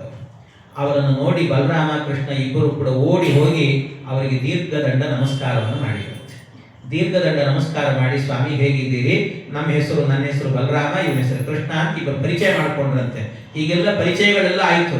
ಆದ ನಂತರ ಅವರಿಗೆ ನಮಸ್ಕಾರ ಮಾಡಿದ್ರು. ಋಷಿಗಳು ಯಾರು ಅಂದ್ರೆ ಬೇರೆ ಯಾರು ಅಲ್ಲ, ಪರಶುರಾಮ ದೇವರು ಅಂತ. ಪರಶುರಾಮ ದೇವರಿಗೆ ನಮಸ್ಕಾರ ಮಾಡಿದ್ರು. ಅಂದ್ರೆ ಇದೆಲ್ಲ ಏನು ಅಂದ್ರೆ ಲೋಕ ವಿಡಂಬನೆಗೋಸ್ಕರ. ಪರಶುರಾಮ ಬೇರೆ ಅಲ್ಲ, ಕೃಷ್ಣ ಬೇರೆ ಅಲ್ಲ, ಆದ್ರೂ ಲೋಕ ವಿಡಂಬನೆಗೋಸ್ಕರವಾಗಿ ಇದನ್ನೆಲ್ಲ ಮಾಡ್ತಾರೆ.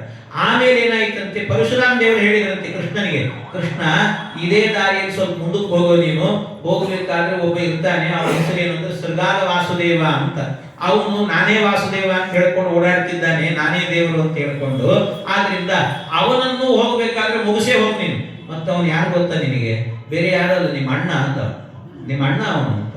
ಯಾಕೆ ಅಂದ್ರೆ ಈ ವಸುದೇವ ಏನಿದ್ದಾನಲ್ಲ, ವಸುದೇವನಿಗೆ ಇನ್ನೊಬ್ಬ ಹೆಂಡತಿಯಲ್ಲಿ ಹುಟ್ಟಿದ ಅಯೋಗ್ಯ ಈ ಶೃಗಾಲ ವಾಸುದೇವ, ಇನ್ನೊಬ್ಬ ಹೆಂಡತಿಯಲ್ಲಿ. ಹಾಗಾಗಿ ಅವನು ಕೊಂದು ಹೋಗೋನು ಆಯ್ತು ಅಂತ ಅವರಿಗೆ ಮತ್ತೊಮ್ಮೆ ನಮಸ್ಕಾರ ಮಾಡಿ ಅಲ್ಲಿಂದ ಹೋಗಿ ಮುಂದೆ ಶೃಗಾಲ ವಾಸುದೇವ ಅನ್ನುವಂಥ ವ್ಯಕ್ತಿಯನ್ನು ಕೊಂದರಂತೆ. ಅವರು ಸಂಹಾರ ಮಾಡಿದ್ರು. ಅಲ್ಲಿಂದ ಮುಂದಕ್ಕೆ ಹೋಗಬೇಕಾದ್ರೆ ದಾರಿಯಲ್ಲಿ ಒಂದು ಅದ್ಭುತವಾಗಿರುವಂತಹ ಈ ದೊಡ್ಡ ಪರ್ವತ ಕಾಣಿಸ್ತಂತೆ. ದೊಡ್ಡ ಪರ್ವತ, ಅದಕ್ಕೆ ಗೋಮಂತ ಪರ್ವತ ಅಂತ ಹೆಸರು. ಗೋಮಂತ ಪರ್ವತ. ಆ ಪರ್ವತವನ್ನು ನೋಡು, ಕೃಷ್ಣ ಇಲ್ಲಿ ಹೋಗಿದ್ದಾನೆ ಅಂತ ಗೊತ್ತಾಗಿ ಜರಾಸಂಧನು ಹುಡುಕೊಂಡು ಬಂದಂತಲ್ಲಿ. ಅವರು ಬರ್ತಾ ಇದ್ದಾರೆ ಅಂತ ಗೊತ್ತಾದ ಕೂಡಲೇ ಆ ಪರ್ವತದ ಮೇಲೆ ಹತ್ತಿ ಕೂತ್ಕೊಂಡ್ಬಿಟ್ಟಂತೆ. ಅದು ಹತ್ತೋದು ಅಷ್ಟು ಸುಲಭ ಅಲ್ಲ, ಬಹಳ ಕಷ್ಟ. ಅದನ್ನ ಕೃಷ್ಣ ಬಲರಾಮ ಇಬ್ರು ಅನಾಯಾಸವಾಗಿ ಹತ್ಬಿಟ್ರು. ಇವ್ರಿಗೆ ಹತ್ಲಿಕ್ಕೆ ಆಗಲಿಲ್ಲ. ಅದಕ್ಕೆ ಕೆಳಗೆ ಬೆಂಕಿ ಹಚ್ಚಿರಿ, ಅದು ಇದು ಮಾಡಿರಿ ಅಂತ ಏನೇನೋ ಮಾಡಿದ್ರು, ಏನೂ ಆಗಲಿಲ್ಲ. ಆರಾಮಾಗಿ ಮೇಲೆ ಕೂತಿದ್ದಂತೆ ಭಗವಂತ. ಇದೇ ಪ್ರಸಂಗದಲ್ಲಿ ಇನ್ನೊಂದು ಪ್ರಾಸಂಗಿಕವಾಗಿ ಒಂದು ವರ್ಣನೆಯನ್ನು ಮಾಡ್ತಾರೆ. ಪ್ರಾಸಂಗಿಕವಾಗಿ ಏನಾಯಿತು ಅಂದ್ರೆ, ಈ ಪ್ರಸಂಗದಲ್ಲಿ ಈ ಶ್ವೇತದ್ವೀಪ ಅಂತ ಭಗವಂತನ ಒಂದು ಲೋಕ. ಶ್ವೇತದ್ವೀಪ ಅಂತಂದ್ರೆ ಕ್ಷೀರ ಸಮುದ್ರ ಅಂತ ಇದೆಯಲ್ಲ, ಆ ಕ್ಷೀರ ಸಮುದ್ರದಲ್ಲಿ ದೇವರು ತನ್ನದ್ದೇ ಒಂದು ಮನೆ ಮಾಡಿಕೊಂಡಿದ್ದಾನೆ. ಅದು ಹೇಗೆ ಅಂದ್ರೆ, ಕ್ಷೀರ ಸಮುದ್ರ, ಹಾಲಿನ ಸಮುದ್ರ, ಹಾಲಲ್ಲಿ ಕೆನೆ ಕಟ್ಟಿದಾಗ ಕೆನೆಯಿಂದ ಮನೆ ಮಾಡಿದಂತೆ ಭಗವಂತ. ಅದಕ್ಕೆ ಕೆನೆ ಮನೆ ಅಂತ ಹೆಸರು, ವೈಟ್ ಹೌಸ್ ಅಂತ ಹೇಳ್ತಾರಲ್ಲ ಹಾಗೆ. ಅಂತಹ ಒಂದು ವೈಟ್ ಹೌಸ್, ಅದರಲ್ಲಿ ಭಗವಂತ ಇರ್ತಾನಂತೆ ಪರಮಾತ್ಮ. ಆ ಪರಮಾತ್ಮನನ್ನ ಒಂದು ಸರ್ತಿ ಅಲ್ಲಿ ಎರಡು ಇರ್ತದೆ, ಒಳಗೆ ಹೋದ್ರೆ ಮುಕ್ತ ಸ್ಥಾನ, ಹೊರಗೆ ಅಮುಕ್ತ ಸ್ಥಾನ ಅಂತ. ಹೊರಗೂ ಓಡಾಡ್ತಿರ್ತಾನೆ ದೇವರಲ್ಲಿ, ಅಲ್ಲೆಲ್ಲ ಅಮುಕ್ತರು ಇರ್ತಾರಂತೆ, ದೇವ್ರ ದರ್ಶನ ಮಾಡ್ತಿರ್ತಾರೆ ಅವರೆಲ್ಲ. ಆದ್ರೆ ಮೋಕ್ಷದ ಆನಂದ ಆಗ್ತಾ ಇರಲ್ಲ ಇನ್ನೂ ಕೂಡ, ಸ್ವಲ್ಪ ಅಷ್ಟೇ. ಅಂತಹ ಸಂದರ್ಭದಲ್ಲಿ ಭಗವಂತ ಎಲ್ಲ ದೇವತೆಗಳಿಗೆ ಎಲ್ರಿಗೂ ಕೂಡ ಹೇಳಿದಂತೆ, ಈಗ ಒಂದು ಚಮತ್ಕಾರ ತೋರಿಸ್ತೀನಿ, ಒಂದ್ಸರ್ತಿ ನೋಡ್ತಾ ಇದ್ರೆ ನೀವು ಅಂತ ಹೇಳಿದಂತೆ. ಆಯ್ತು ಅಂತ ಎಲ್ಲರೂ ನಿದ್ದೆ ಮಾಡಿದಂತೆ ನಟನೆ ಮಾಡ್ರಿ ಎಂದು ಭಗವಂತ. ಆಯ್ತು ಅಂತ ಎಲ್ಲರೂ ಕೂಡ ನಿದ್ದೆ ಮಾಡಿದಂತೆ ನಟನೆ ಮಾಡಿದ್ರು. ಎಲ್ಲ ನಿದ್ದೆ ಮಾಡಿದಂತೆ ನಟನೆ ಮಾಡುವಾಗ ದೇವರು ಕೂಡ ತಲೆ ಮೇಲೆ ಕಿರೀಟ ಇಟ್ಟುಕೊಂಡು ಮಾಡಿ ಮಲಗಿದ್ದಂತೆ. ಅಲ್ಲಿಗೆ ಬಲಿಚಕ್ರವರ್ತಿ ಬಂದ. ಬಲಿಚಕ್ರವರ್ತಿ ಬರಬೇಕಾದ್ರೆ ಬಂದದ್ದು ಯಾಕೆ ಅಂದ್ರೆ ದೇವರು ದರ್ಶನ ಮಾಡಬೇಕು ಅಂತ ಬಂದದ್ದು.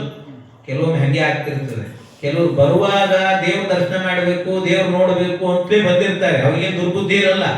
ಆದ್ರೆ ಬಂದ ಮೇಲೆ ಇದ್ದಕ್ಕಿದ್ದಾಗೆ ದುರ್ಬುದ್ಧಿ ಹುಟ್ಟುಬಿಡ್ತದೆ ಅಂತ ಅವ್ರಿಗೆ. ಹಂಗೆ ಇವನಿಗೆ ಏನಾಯ್ತು ಅಂದ್ರೆ ಬಲಿಚಕ್ರವರ್ತಿಗೆ ಬರುವಾಗಿರ್ಲಿಲ್ಲ, ಬಂದಾದ ನಂತರ ನೋಡಿದ ಎಲ್ಲ ಮಲಗಿದ್ರು, ದೇವರು ಮಲಗಿದಂತೆ ನಟನೆ ಮಾಡುತ್ತಿದ್ದಾನೆ. ನೋಡಿ ಅನ್ನಿಸ್ತು ಇವನಿಗೆ, ದೇವ್ರ ತಲೆ ಮೇಲೆ ಇರೋ ಕಿರೀಟ ಚೆನ್ನಾಗಿದೆ, ನಾನು ಎತ್ಕೊಂಡು ಹೋದ್ರೆ ಹಾಗಿರ್ತದೆ ಅಂತ, ನನ್ನ ತಲೆ ಮೇಲಿದ್ರೆ ಚೆನ್ನಾಗಿರ್ತದಲ್ಲ ಅಂತ. ಅವನ ಕಿರೀಟ ಎಲ್ಲಿ, ಇವನ್ ತಲೆಯಲ್ಲಿ ಆ ಬುದ್ಧಿ ಅವನಿಗೆ ಬರುವಾಗಿರ್ಲಿಲ್ಲ, ಅಲ್ಲಿ ಬಂದಾಗ ಆ ಬುದ್ಧಿ ಬಂತಂತೆ. ಹಾಗೆ ಕೆಲವೊಮ್ಮೆ ಆಗ್ತಿರ್ತದೆ, ಬರುವಾಗ ಗುಡಿಗೆ ಬರ್ಬೇಕಾದ್ರೆ ಅಂತ ಬುದ್ಧಿ ಇರಲ್ಲ, ಯಾರಾದ್ರೂ ಅಲ್ಲಿ ಇಲ್ಲಿ ನೋಡ್ತಿದ್ದಾರೆ ಇಲ್ಲ ಅಂತ ಗೊತ್ತಾದ್ರೆ ಎಲ್ಲೋ ದೂರದಲ್ಲಿ ಒಂದು ಬಾಳೆಹಣ್ಣು ಇಟ್ಟಿದ್ರೆ ಬಾಯಿಗೆ ಇಟ್ಕೊಂಡು ಹೋಗ್ಬಿಡೋದು, ಹಾಗೆ ಮಾಡ್ತಿರ್ತಾರೆ. ಆ ತರ ಇವನಿಗೆ ಆ ಬುದ್ಧಿ ಬಂತು. ಬಂದಾಗ ಆ ಕಿರೀಟವನ್ನು ನಿಧಾನವಾಗಿ ತೆಗೆದ, ತಗೊಂಡು ಓಡ್ಲಿಕ್ಕೆ. ಅವನು ತಗೊಂಡು ಹೋಗಬೇಕಾದ್ರೆ ಈ ಗರುಡ ಇರ್ಲಿಲ್ಲ ಅಲ್ಲಿ, ಅಕಸ್ಮಾತ್ ಹೊರಗಿಂದ ಬಂದಂತೆ ಗರುಡ ಹೊರಗಿಂದ ಬಂದು ಕೂಡ್ಲೇನೆ ನೋಡಿದ ಕೂಡಲೇ ಎಲ್ಲ ಇವನು ಭಗವಂತನ ಕಿರೀಟ ತಗೊಂಡು ಹೋಗ್ತಿದ್ದಾನೆ ಅಂತ ನಿಲ್ಲು ಅಂತ ಇವನಿಗೆ ಗೊತ್ತಾಯ್ತಲ್ಲ ಅಂತ ಓಡ್ಲಿಕ್ಕೆ ಶುರು ಮಾಡಿದ್ದಂತೆ. ಓಡ್ದ ಹಂಗೆ ಓಡ್ತಾನೇ ಇದ್ದಂತೆ. ಇವನ್ ಬಿಡ್ಲೇ ಇಲ್ಲ. ಅವನು ಓಡ್ತಾ ಬಲಿಚಕ್ರವರ್ತಿ ಎಲ್ಲಿಗೆ ಬಂದ ಅಂತಂದ್ರೆ ಈ ದಕ್ಷಿಣ ಕನ್ನಡಕ್ಕೆ, ಅಂದ್ರೆ ಈ ನಮ್ಮ ಕರ್ನಾಟಕ ಪ್ರದೇಶಕ್ಕೆಲ್ಲ ಬಂದ್ಬಿಟ್ಟಂತೆ. ಅಲ್ಲಿಗೆ ಬಂದಾಗ ಇನ್ನು ಈ ಗರುಡ ನನ್ನನ್ನು ಬಿಡೋದಿಲ್ಲಪ್ಪ ಅಂತ ಅನ್ಕೊಂಡು ಏನ್ ಮಾಡಿದಂತೆ, ಆ ಕಿರೀಟ ನನ್ನ ಕೈಯಲ್ಲಿ ಇದ್ರಲ್ವಾ, ಅದಕ್ಕೆ ಈ ಕಿರೀಟವೇ ಬೇಡ ನನಗೆ ಅಂತ ಅಲ್ಲಿ ಕೆಳಗಿಟ್ಟ ಓಡಿ ಹೋಗ್ಬಿಟ್ಟ. ಆಮೇಲೆ ಆ ಕಿರೀಟವನ್ನ ಈ ಗರುಡ ತಗೊಂಡಾದ ನಂತರ ಆ ಕಿರೀಟವನ್ನ ಏನ್ ಮಾಡಿದ, ತಗೊಂಡು ವಾಪಸ್ ಭಗವಂತನಿಗೆ ಕೊಡಬೇಕು ಅಂತ ಅಲ್ಲಿಂದ ನಡ್ಕೋತ ಬರ್ತಾ ಇದ್ದಂತೆ. ಬರಬೇಕಾದ್ರೆ ಏನಾಯ್ತು, ಮೇಲೆ ಹಾರ್ತಾ ಇದ್ನಲ್ಲ ಗರುಡ, ಆವಾಗ ಗೋಮಂತ ಪರ್ವತದ ಮೇಲೆ ಬಂದ. ಅಲ್ಲಿ ನೋಡಿದ್ರೆ ಕೃಷ್ಣ ಇದ್ದ. ಅವನಿಗೆ ತತ್ವಜ್ಞಾನ ಇತ್ತು ಚೆನ್ನಾಗಿ. ಅಲ್ಲಿ ಮೂಲ ರೂಪದಲ್ಲಿರೋ ಭಗವಂತ ಬೇರೆ ಅಲ್ಲ, ಈ ಕೃಷ್ಣ ಬೇರೆ ಅಲ್ಲ, ಇಬ್ರು ಒಂದೇ ಅನ್ನೋ ತತ್ವಜ್ಞಾನ ಇತ್ತು. ಅದಕ್ಕೆ ಏನ್ ಮಾಡಿದ, ಕೂಡಲೇ ಅಲ್ಲೇನು ಇಲ್ಲೇ ಕೊಟ್ರು ಆಯ್ತು, ಅದು ದೇವರಿಗೆ ಕೊಟ್ಟಂತೆ ಅಂತ ಕೆಳಗೆ ಬಂದು, ಏನೋ ಕೃಷ್ಣ ಇಲ್ಲಿದ್ದೀಯಲ್ಲ ಅಂತ. ಏನಿಲ್ಲ, ಹಿಂಗೊಂದು ಕೆಲಸ ಇತ್ತು ಬಂದೀನಿ, ಆಯ್ತು ನಿನ್ ಕಿರೀಟ ನೀನು ಇಟ್ಕೊಡಪ್ಪ ಅಂತ ಅವನ ತಲೆ ಮೇಲೆ ಇಟ್ಟಂತೆ. ಸೈಜ್ ಇಷ್ಟು ಪರ್ಫೆಕ್ಟ್ ಆಗಿತ್ತು ಅಂದ್ರೆ ಸ್ವಲ್ಪವಾದ್ರೂ ವ್ಯತ್ಯಾಸ ಆಗಬೇಕು, ಏನು ವ್ಯತ್ಯಾಸ ಇಲ್ಲ. ಆ ಟೋಪಿ ಹಾಗೆ ಇಟ್ಟರೆ ಕರೆಕ್ಟಾಗಿ ಸೇರ್ಕೊಡುತ್ತಂತೆ, ಕರೆಕ್ಟಾಗಿ ಕೂತ್ಕೊಡುತ್ತಂತೆ. ಬೇರೆಯವ್ರದೆಲ್ಲ ಹಾಗಿರೋದಿಲ್ಲ ಟೋಪಿ. ನಮ್ಮ ಟೋಪಿ ಇನ್ನೊಬ್ಬರಿಗೆ ಹಾಕಬೇಕು ಅಂತ ಹೋದ್ರೆ ಒಂದು ಫಿಟ್ ಆಗ್ತದೆ, ಇಲ್ಲ ಅಂದ್ರೆ ಲೂಸ್ ಆಗ್ತದೆ, ಅದು ಸರಿಯಾಗಿ ಕೊಡೋದಿಲ್ಲ. ಅವರದ್ದೇ ಟೋಪಿ ಅಂತ ಇರ್ತದೆ, ಅದು ಮತ್ತೆ ಇನ್ನೊಬ್ಬರಿಗೆ ಟೋಪಿ ಹಾಕೋದು ಅಂತ ಹೇಳಿ ಅದು ಬೇರೆ. ಮತ್ತೆ ನಮ್ಮ ಟೋಪಿ ಇನ್ನೊಬ್ಬರಿಗೆ ಲೂಸ್ ಆಗೋದು ಬೇರೆ, ಹಾಗೆ. ಆದ್ರೆ ಇವನು ಹಾಕಿದ್ರೆ ಹಾಗೆ ಕರೆಕ್ಟಾಗಿ ಕೂತ್ಕೊಡುತ್ತಂತ, ಅದು ಕರೆಕ್ಟಾಗಿ ಕೂತ್ಕೊಡುತ್ತು. ದೇವರೇ ನಿನಗೆ ಸಮರ್ಪಣೆ ಮಾಡಿದ್ನಪ್ಪ, ಸಾಕು ನನಗೆ ಅಂತ ಅನ್ಕೊಂಡಂತೆ. ವಾದರಾಜ ಸ್ವಾಮಿಗಳು ಇದನ್ನು ಹೇಳ್ತಾರೆ ಬಹಳ ಚೆನ್ನಾಗಿ. ಕಳನಂತೆ ಒಬ್ಬ ತನಗೆ ಸಲ್ಲದ ಭಾಗ್ಯವ ಬಲ್ಲಿದ ಗಂಜಿ ಬರಿಗೈದ, ದುರ್ಲಭ ಮುಕ್ತಿಗೆ ದೂರವೆಂದೆನಿಸುವ ಪಾತಾಳ ತಳಕೆ ಇಳಿದ ಗಡ. ವಾದರಾಜರು ಹೇಳೋ ಮಾತು, ಕಳನಂತೆ ಒಬ್ಬ ತನಗೆ ಸಲ್ಲದ ಭಾಗ್ಯ. ಕಿರೀಟ ಆ ಬಲಿಚಕ್ರವರ್ತಿ ನನ್ನ ತಲೆ ಮೇಲೆ ಇಟ್ಕೊಳ್ತೀನಿ ಅಂದ್ರೆ ಅವನಿಗೆ ಯೋಗ್ಯನ, ಅದು ಸಲ್ಲದ ಭಾಗ್ಯ ಅದು. ಆದ್ರಿಂದ ಅದೇನಾಯ್ತು, ಹೋಗುವಾಗ ಇವನು ಬಂದ ಗರುಡ ಬಂದು ಹಿಡ್ಕೊಂಡಾದ್ರಿಂದಾಗಿ ಬಲ್ಲಿದನಿಗೆ ಅಂದ್ರೆ ಕಳನಂತೆ ಒಬ್ಬ ತನಗೆ ಸಲ್ಲದ ಭಾಗ್ಯವ ಬಲ್ಲಿದ ಗಂಜಿ ಬರಿಗೈದ, ತನ್ನ ಕೈ ಖಾಲಿ ಕೈ ಮಾಡ್ಕೊಂಡು ಅಲ್ಲೇ ಇಟ್ಟು ಹೋಗ್ಬಿಟ್ಟ. ಆದ್ರಿಂದ ಭಗವಂತ ನಿನಗೆ ಯೋಗ್ಯವಲ್ಲದ ಕೆಲಸ ಮಾಡಿದ್ದೀಯೋ ನೀನು ಅಂತ ನಿನ್ನನ್ನು ಪಾತಾಳದಲ್ಲಿ ಇಡ್ತೀನಿ, ಮೋಕ್ಷದ ಹತ್ತಿರ ಇಡಬೇಡ ಅಂತ ಅವನನ್ನು ಪಾತಾಳಕ್ಕೆ ಕಳಿಸಿದ ಅಂತ. ಅದಕ್ಕೋಸ್ಕರ ಅಂತ ಒಂದು ಕಾರಣವನ್ನು ಕೊಡೋದು ವಾದರಾಜ ಸ್ವಾಮಿಗಳು. ಹಾಗೆ ಆ ರೀತಿ ಇದೆಲ್ಲ ನಡೀತಂತೆ.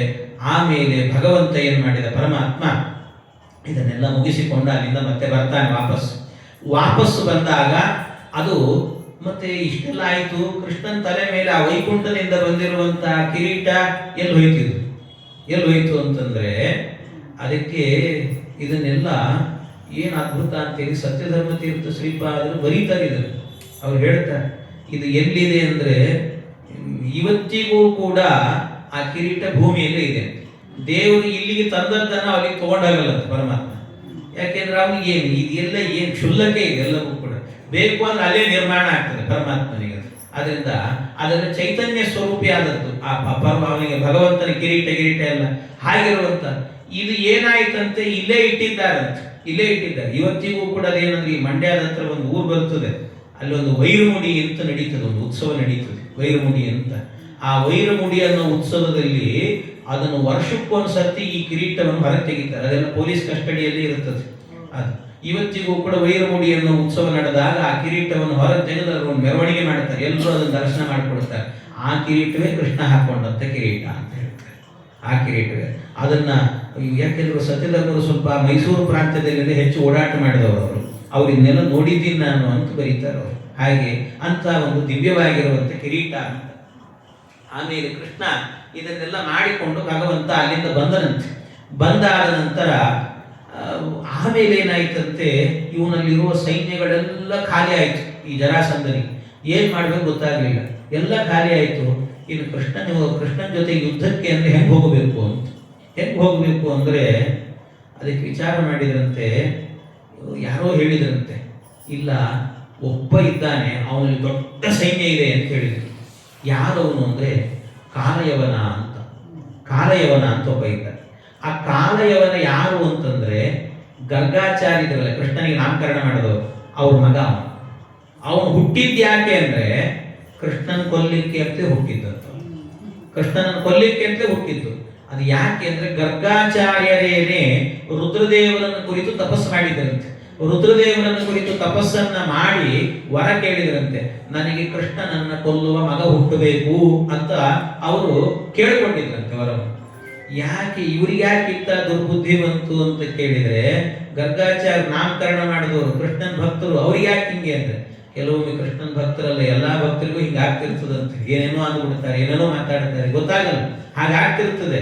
ಅದಕ್ಕೆ ಯಾಕೆ ಹೀಗಾಯ್ತು ಅಂದ್ರೆ, ಈ ಗರ್ಗಾಚಾರ್ಯಗೆ ಏನಾಯ್ತಂತೆ, ಯಾದವರೆಲ್ಲ ಸೇರ್ಕೊಂಡು ತಮಾಷೆ ಮಾಡ್ತಿದ್ರಂತೆ. ಅವ್ರಿಗೆ ಮದುವೆ ಆಗಿತ್ತು, ಮಕ್ಕಳಾಗಿರ್ಲಿಲ್ಲಂತೆ. ಅದಕ್ಕೆ ಮದುವೆ ಆಗಿದೆ, ಮಕ್ಕಳಿಲ್ಲ ಅಂತ ತಮಾಷೆ ಮಾಡ್ತಿದ್ರು. ಸಿಟ್ಟು ಬಂದಿತ್ತು ಅವರಿಗೆ, ಗರ್ಗಾಚಾರ್ಯಗೆ. ಇವರು ತಮಾಷೆ ಮಾಡೋದಿರ್ಲಿ, ಯಾಕೆ ಇವರು ತಮಾಷೆ ಮಾಡುವಷ್ಟು ಧೈರ್ಯ ಎಲ್ಲಿಂದ ಇವರಿಗೆ ಅಂದ್ರೆ, ನಮ್ಮ ಕುಲದಲ್ಲಿ ಕೃಷ್ಣ ಇದ್ದ, ನಮ್ಮನ್ನು ಯಾರೇನ್ ಮಾಡ್ತಾರೆ ಅನ್ನುವ ಧೈರ್ಯ ಅವರಿಗೆ. ಅದಕ್ಕೆ ಕೃಷ್ಣನಿಂದಾಗಿ ಇಷ್ಟೆಲ್ಲ ಮಾಡ್ತಿದ್ದೀರಲ್ಲ ನೀವು, ಆ ಕೃಷ್ಣನೇ ಇರಬಾರ್ದು, ಅವನನ್ನು ಕೊಂದು ಬಿಡಬೇಕು ಅಂತ ಅದಕ್ಕೋಸ್ಕರ ರುದ್ರದೇವರ ತಪಸ್ಸನ್ನ ಮಾಡಿ ಒಬ್ಬ ಯವನಳನ್ನ ಮದುವೆ ಮಾಡಿಕೊಂಡು ಅವಳಲ್ಲಿ ಒಬ್ಬ ಮಗನನ್ನ ಪಡೆದ್ರಂತೆ. ಅದಕ್ಕೆ ಅವನ ಹೆಸರೇನು ಅಂದ್ರೆ ಯವನರಲ್ಲಿ ಹುಟ್ಟಿದವನಾದ್ರಿಂದ ಯವನ ಅಂತ ಹೆಸರಂತೆ. ಆಮೇಲೆ ಅವನು ಕಾಯ್ತಾ ಕೂತಿದ್ದ, ಯಾವುದಕ್ಕೋಸ್ಕರ ಅಂದ್ರೆ ಕೃಷ್ಣನ್ ಕೊಲ್ಲುವ ಕಾಲ ಯಾವಾಗ ಬರ್ತದೆ ಅಂತ ಕಾಯ್ತಾ ಕೂತಿದ್ದಂತೆ. ಆದ್ರಿಂದ ಕೃಷ್ಣನ ಕೊಲ್ಲುವ ಕಾಲವನ್ನ ಪ್ರತೀಕ್ಷೆ ಮಾಡ್ತಾ ಇದ್ದ. ಆದ್ರಿಂದ ಅದಕ್ಕೆ ಕಾಲ ಅಂತಲೂ ಕೂಡ ಹೆಸರಿಟ್ಟರಂತೆ. ಯವನರಲ್ಲಿ ಹುಟ್ಟಿದ್ರಿಂದ ಯವನ ಅಂತ ಹೆಸರು, ಎರಡು ಸೇರಿಸಿದ್ರು ಕಾಲ ಯವನ ಅಂತ ಕರೆದಂತೆ. ಹೀಗೆ ಕಾಲಯವನ ಅನ್ನುವ ಹೆಸರು ಬಂದಿತ್ತು ಅವನಿಗೆ. ಇಂಥ ಒಬ್ಬ ಅಯೋಗ್ಯ. ಇವನಲ್ಲಿ ಎಷ್ಟು ಸೈನ್ಯ ಇತ್ತು ಅಂದ್ರೆ, ನಾನು ಆಗ್ಲೇ ಹೇಳಿದೆ, 23 ಅಕ್ಷೌಹಿಣಿ ಸೈನ್ಯವನ್ನ ಒಂದೊಂದು ಬಾರಿ ತಗೊಂಡು ಬಂದ, 18 ಬಾರಿ ಬಂದ. ಇವನಲ್ಲಿ ಒಟ್ಟು ಸೈನ್ಯ ಎಷ್ಟಿತ್ತಂತೆ, 3 ಕೋಟಿ ಅಕ್ಷೌಹಿಣಿ ಸೈನ್ಯ ಇತ್ತಂತೆ. 3 ಕೋಟಿ ಅಕ್ಷೌಹಿಣಿ ಸೈನ್ಯ. ಭಗವಂತ ವಿಚಾರ ಮಾಡಿದೆ, ಇದನ್ನೆಲ್ಲ ಒಟ್ಟಿಗೆ ಮುಗಿಸೋಣ ಅಂತ ಅನ್ಕೊಂಡಿದ್ದ. ಆಯ್ತು ಅಂತ ಅದಕ್ಕೆ ಈ ಜರಾಸಂಧನಿಗೆ ಹೇಳಿದ್ರಂತೆ, ನಾವು ಕಾಲಯವನನ್ನು ಸಹಾಯ ಪಡೆಯೋಣ ಅಂತ. ಈ ಜರಾಸಂಧನಿಗೆ ಅವಮಾನ ಅಲ್ಲ, ನಾನೇನು ಅವನು ಸಹಾಯ ಮಾಡು ಅಂತ ಕೇಳೋದು ಅಂತ. ಅದಕ್ಕೆ ಹೇಳಿದ್ರಂತೆ ಪಕ್ಕದಲ್ಲಿದ್ದು, ನೋಡು ಸ್ವಲ್ಪ ನಾವು ನಮ್ಮ ಕೆಲಸ ಆಗಬೇಕು ಅಂದಾಗ ಹಾಗೆಲ್ಲ ಅನ್ನಬಾರದು, ನಾವೇನು ಸಹಾಯ ಮಾಡು ಅಂತ ಕೇಳೋದು ಬೇಡ. ಮತ್ತೇನು ಹೇಳೋಣ ಅಂದ್ರೆ, ಅವ್ನು ಹುಟ್ಟಿದ್ದು ಹೇಗೂ ಕೂಡ ಏನು ಅಂತಂದ್ರೆ ಕೃಷ್ಣನ್ ಕೊಲ್ಲಿಕ್ಕೆ ಹುಟ್ಟಿದ್ದು. ಅದಕ್ಕೋಸ್ಕರ ಜರಾಸಂಧನಿಗೆ ಸಹಾಯ ಅಂತ ಕೇಳೋದು ಬೇಡ, ಜರಾಸಂಧನ ಆದೇಶ ಆಗಿದೆ ಅದಕ್ಕೆ ಬರಬೇಕು ಅಂತ ಹೇಳ್ಬೇಡ, ಸ್ವಲ್ಪ ವ್ಯತ್ಯಾಸ ಆಗ್ತದಲ್ಲ, ಹಾಗೆ ಮಾಡೋಣ ಅಂದ್ರೆ. ಹಾಗೆ ಮಾಡಿರಿ ಅಂದೆ ಜರಾಸಂಧ. ಆಯ್ತು ಅಂತ ಕಾಲಯವನಿಗೆ ಸುದ್ದಿ ಮುಟ್ಟಿಸಿದ್ರು. ಕಾಲಯವನ ಅದಕ್ಕೆ ಕಾಯ್ತಾ ಇದ್ದ, ಎಲ್ಲ ಕೃಷ್ಣ ಸಿಕ್ಕನಲ್ಲ ಹಾಗಾದ್ರೆ ಕೊಲ್ಲಬೇಕು ಅಂತ ತಯಾರಾದ. ಅವನು ಊರಿಂದ, ಅದು ಎಲ್ಲಿ ಯವನರ ದೇಶ ಅಂದ್ರೆ, ಯವನರ ದೇಶ ಅಂದ್ರೆ ಭಾರತದಿಂದ ಹೊರಗಿತ್ತು ಸ್ವಲ್ಪ, ಆ ದೇಶದಿಂದ ಬರಬೇಕು ಅವನು. ಅಷ್ಟೂ ಸೈನ್ಯ ಕರ್ಕೊಂಡು ಬಂದಂತ ಕೃಷ್ಣನ ಕೊಲ್ಲಬೇಕು ಅಂತ ಹೇಳಿ. 3 ಕೋಟಿ ಅಕ್ಷೌಹಿಣಿ ಸೈನ್ಯ. 3 ಕೋಟಿ ಅಕ್ಷೌಹಿಣಿ ಸೈನ್ಯ ಅಂದ್ರೆ ಯೋಚನೆ ಮಾಡಿ ಹೇಗಿರ್ತದೆ. ಅವರೆಲ್ಲ ಬಂದರು ಅಂತ ಆದ್ರೆ, ಅವರು ಬರುವಾಗ ದಾರಿಯಲ್ಲಿ ಏನಾಗ್ತಿತ್ತಂತೆ, ಕತ್ಲಾದ್ರೆ ಎಲ್ಲಾದ್ರೂ ಮಲಗ್ತಿದ್ರಂತ. ಅವರೆಲ್ಲ ಮಲಗಿದ್ರೆ ಬೆಳಗ್ಗೆ ಆದ ಕೂಡಲೇ ಅವರು ಅಲ್ಲಿಂದ ಹೊರಡ್ತಾರಲ್ಲ, ಅವ್ರು ಎಲ್ಲಿಂದ ಹೊರಡ್ತಿದ್ರೋ ಅಲ್ಲಿ ಒಂದು ದೊಡ್ಡ ನದಿ ಹರಿತಿತ್ತಂತೆ. ಇವರು ಅಲ್ಲಿಂದ ಎದ್ದು ಬಂದ್ರೆ ಸಾಕು ನದಿ ಹರಿತಿತ್ತಂತೆ. ಯಾಕೆ ಅಂತ ಕೇಳಿದ್ರೆ, ಇವರೆಲ್ಲ ಎದ್ದು ಆ ಕಡೆ ಬರ್ತಿದ್ರಲ್ಲ, ಇವರೆಲ್ಲ ಮಲಮೂತ್ರ ವಿಸರ್ಜನೆ ಮಾಡಿರ್ತಿದ್ರಲ್ಲ, ಅದೆಲ್ಲ ನದಿಯಾಗಿ ಹರಿತಿತ್ತಂತ. ಅಷ್ಟು ದೊಡ್ಡ ಸೈನ್ಯ ಇದು ಅಂತ. ಆ ಎಲ್ಲಾ ನದಿಯನ್ನು ಕೂಡ ವಾಯುದೇವರು ಒಣಗಿಸ್ತಾ ಇದ್ರಂತ ಅಲ್ಲಲ್ಲೇನೆ. ಮತ್ತೆ ಸಮಸ್ಯೆ ಆಗಬಾರದು ಅಂತ ಹೇಳಿ ಅಷ್ಟು ದೊಡ್ಡ ಸೈನ್ಯ ಇಟ್ಟುಕೊಂಡು ಬಂದಿದ್ದೆ ಅಯೋಗ್ಯ. ಆ ಸೈನ್ಯ ಇಟ್ಟುಕೊಂಡು ಬರುವಾಗ ಹೀಗೆ ಬರ್ತಾ ಇದ್ದಾನೆ ಅಂತ ಸುದ್ದಿ ಗೊತ್ತಾಯ್ತು. ಗೊತ್ತಾದ ಕೂಡಲೇ ಯುದ್ಧ ಅಂದ್ರೆ ಏಕಾಏಕಿ ಬಂದು ದಾಳಿ ಮಾಡಿಬಿಡೋದಲ್ಲ, ಮೊದಲೇ ಸೂಚನೆ ಕೊಡಬೇಕಂತ. ಸೂಚನೆ ಕೊಟ್ಟು ಆಮೇಲೆ ಯುದ್ಧಕ್ಕೆ ಬರಬೇಕು. ಇದೆಲ್ಲ ಕ್ರಮ. ಕೃಷ್ಣನಿಗೆ ಈ ವಿಚಾರ ಎಲ್ಲ ಗೊತ್ತಾಯ್ತು. ಗೊತ್ತಾದ ಕೂಡಲೇ ಭಗವಂತ ಯೋಚನೆ ಮಾಡಿದ, ಇವನಿಗೊಂದು ಸಂದೇಶ ಕಳಿಸ್ಬೇಕು ಅಂತ. ಆಯ್ತು ಅಂತ ಏನ್ ಮಾಡಿದಂತೆ ಕೃಷ್ಣ, ಒಂದು ಗಡಿಗೆ ಒಳಗೆ ಒಂದು ಕರಿನಾಗರ ಹಾವು ಹಾಕಿದ್ನಂತ. ಆ ನಾಗರ ಹಾವನ್ನು ಹಾಕಿ ಅದನ್ನು ಮುಚ್ಚಿದ್ನಂತೆ. ಮುಚ್ಚಿ ಒಬ್ಬ ದೂತನಿಗೆ ಕೊಟ್ಟು ಇದು ಕಾಲಯವನಿಗೆ ಕೊಡು ಅಂತ ಹೇಳಿ ಕಳಿಸಿದ್ನಂತೆ. ಅದಕ್ಕೆ ಕಾಲಯವನಿಗೆ ಕೊಡು ಅಂತ ಹೇಳಿ ಕಳಿಸಿದ ನಂತರ ಆಯ್ತು ಅಂತ ದೂತ ತಗೊಂಡು ಹೋಗಿ ಕಾಲಯವನಿಗೆ ಆ ಗಡಿಗೆಯನ್ನು ಕೊಟ್ಟನಂತೆ. ಏನು ಇದು, ಕೃಷ್ಣ ನಿನಗೆ ಸಂದೇಶ ಕಳಿಸಿದ್ದಾನೆ ಅಂತ. ಹೌದಾ ಅಂತ ಆಶ್ಚರ್ಯ ಆಯ್ತು ಅವನಿಗೆ. ಆಶ್ಚರ್ಯ ಆಗಿ ಒಂದ್ಸರ್ತಿ ಏನ್ ಮಾಡಿದ, ಸರಿ ಅಂತ ಅದರ ಮುಚ್ಚಳವನ್ನು ಹೀಗೆ ತೆಗೆದ. ಆ ಹಾವು ಮೇಲಿದ್ದು ಬುಸ್ ಅಂತ ಒಂದ್ಸರ್ತಿ ಅವನಿಗೆ ಗಾಬರಿ ಆಯ್ತು. ಒಮ್ಮೆ ಏನ ಕೃಷ್ಣ ಅಂದ್ರೆ, ಕೃಷ್ಣ ನನಗೆ ಸಂದೇಶ ಕಳಿಸಿದ್ದಾನೆ ಅಂತ. ಏನು ಅಂದ್ರೆ, ನೀನು ಹೇಗ್ ಬಂದರೂ ಕೂಡ ನಾನು ಕರಿನಾಗರ ಹಾವಿದ್ದಂತೆ ನಿನ್ನನ್ನು ಕಚ್ಚಿಕೊಳ್ತೇನೆ ಅಂತ ಕೃಷ್ಣ ನನಗೆ ಸಂದೇಶ ಕಳಿಸಿದ್ದಾನೆ ಅಂತ ಅವನು ತಿಳ್ಕೊಂಡ. ಈ ಸಂದೇಶ ಬಂದಿದೆ ಅಂತ. ಅದಕ್ಕೆ ಏನ್ ಮಾಡಿದಂತೆ, ನಾನು ಕೃಷ್ಣನಿಗೆ ವಾಪಸ್ ಸಂದೇಶ ಕಳಿಸ್ತೀನಿ, ನಿಲ್ಲಿಲ್ಲೇ ಅಂತ ಹೇಳಿ ಆ ದೂತ ನಿಲ್ಲಿಸಿಕೊಂಡು ಹೇಳಿದಂತೆ, ಒಂದು 10 ನಿಮಿಷ ನಿಲ್ಲು ಅಂತ. ಇಡೀ ಎಲ್ಲೆಲ್ಲಿ ಕೆಂಪಿರುವೆ ಇರ್ತದಲ್ಲ, ಆ ಕೆಂಪಿರುವೆ ಹುಡುಕಿ ತನ್ನಿ ಅಂತ. ಆ ಇರುವೆಗಳು ಬಂದು ಎಲ್ಲಾ ಇರುವೆಗಳ ರಾಶಿಯನ್ನೆಲ್ಲವನ್ನು ಕೂಡ ತಗೊಂಡು ಆ ಮಡಿಕೆ ಒಳಗೆ ಹಾಕಿದ್ರಂತೆ, ಕೆಂಪಿರುವೆಗಳನ್ನೆಲ್ಲ. ಅದು ಹಾಕಿದ್ರೆ ಒಂದು 5 ನಿಮಿಷಕ್ಕೇನೆ ಎಲ್ಲಾ ಕೆಂಪಿರುವೆಗಳು ಕೂಡ ಆ ಹಾವನ್ನು ಕಡಿದು ಪಂದೇ ಬಿಟ್ಟಂತೆ. ಆ ಹಾವೇ ಸತ್ತೋಯ್ತು. ಅದನ್ನು ಮತ್ತೆ ಮುಚ್ಚಿ ಅದನ್ನು ಕೃಷ್ಣನಿಗೆ ವಾಪಸ್ ಕೊಡು ಅಂತ ಹೇಳಿದ. ಸರಿ ಆಯ್ತು ಅಂತ ಅದನ್ನು ತಗೊಂಡೋಗಿ ಕೊಟ್ಟರು. ವಾಪಸ್ ಕೊಟ್ಟರೆ ಕೃಷ್ಣ ಅದನ್ನು ನೋಡಿ ಏನಾಗಿದೆ, ಹಾವು ಸತ್ತಿದೆ, ಒಳ್ಳೇದಾಯ್ತು, ಪರವಾಗಿಲ್ಲ ಕೃಷ್ಣ, ಒಳ್ಳೇದಾಯ್ತು. ಏನು ಅಂತಲೇ ಅರ್ಥ ಆಗಲಿಲ್ಲ. ಅಂದ್ರೆ ಕೃಷ್ಣನ ತಂತ್ರಗಾರಿಕೆ ಏನು ಅಂದ್ರೆ ಅದ್ಭುತ ಕೃಷ್ಣನ ತಂತ್ರಗಾರಿಕೆ. ಏನಾಯ್ತು ಅಂದ್ರೆ, ಕೃಷ್ಣ ಆ ಹಾವನ್ನು ಕಳಿಸಿಕೊಟ್ಟಿದ್ದ, ಇವನ ಹಾವನ್ನು ಕೊಂದು ಕಳಿಸಿದ. ಅಂದ್ರೆ ಅದರಲ್ಲಿ ಏನ್ ಸಂದೇಶ ಇವನದ್ದು ಅಂದ್ರೆ, ನೀನು ಹಾವು ಅಂತಾದ್ರೆ ಒಬ್ಬನೇ ನೀನು, ನನ್ನ ಬಳಿಯಲ್ಲಿ ಕೆಂಪಿರುವೆಯಂತೆ ನನ್ನ ಹತ್ರ ಬೇಕಾದಷ್ಟು ಸೈನ್ಯ ಇದೆ, ನಿಮ್ಮನ್ನು ಕೊಂದು ಬಿಡ್ತೀನಿ ಹಾವನ್ನು ಕೊಂದಂತೆ ಅಂತ ಅವನ ಸಂದೇಶ. ಆದ್ರೆ ಕೃಷ್ಣ ಇದರಲ್ಲಿ ಮಾಡಿದ ತಂತ್ರಗಾರಿಕೆನೇ ಬೇರೆ ಭಗವಂತನದ್ದು. ಅವನ ತಂತ್ರಗಾರಿಕೆ ಏನು ಅಂದ್ರೆ, ಇವನು ಕಾಲಯವನ ಗರ್ಗಾಚಾರ್ಯ ಮಗ, ರುದ್ರದೇವರ ಹತ್ರ ವರ ಕೇಳಿದ್ದಾನೆ, ಕೃಷ್ಣನ್ ಕೊಲ್ಲೋ ಮಗ ಬೇಕು ಅಂತ. ರುದ್ರದೇವರು ತಥಾಸ್ತು ಅಂತಿದ್ದಾರೆ. ಅದಕ್ಕೆ ಕೃಷ್ಣ ಉಪಾಯ ಮಾಡಿದ, ಅದಕ್ಕೆ ಕರಿನಾಗರ ಹಾವನ್ನು ಕಳಿಸಿದ್ದ. ಕರಿನಾಗರ ಹಾವಿಗೆ ಸಂಸ್ಕೃತದಲ್ಲಿ ಹೆಸರೇನು ಗೊತ್ತಾ? ಕೃಷ್ಣ ಸರ್ಪ ಅಂತಾರೆ. ಕೃಷ್ಣ ಅಂತ ಅದಕ್ಕೂ ಹೆಸರಿದೆ ಅಂತೆ. ಆದ್ರಿಂದ ಇವನು ಕರಿನಾಗರ ಹಾವನ್ನ ಕಳಿಸಿದ. ಅವನು ಏನ್ ಮಾಡಿದ, ಅದನ್ನು ಕೊಂದ.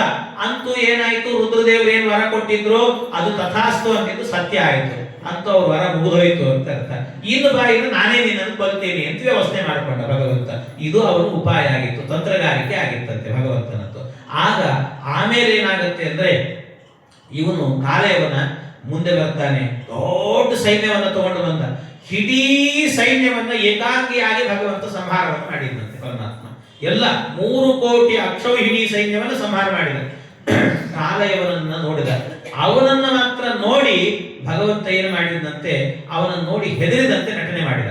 ಬೇಕು ಅಂತ ಅವನು ಎದುರಿಗೆ ಹೋಗಿ ಓಡ್ಲಿಕ್ಕೆ ಶುರು ಮಾಡಿದಂತೆ.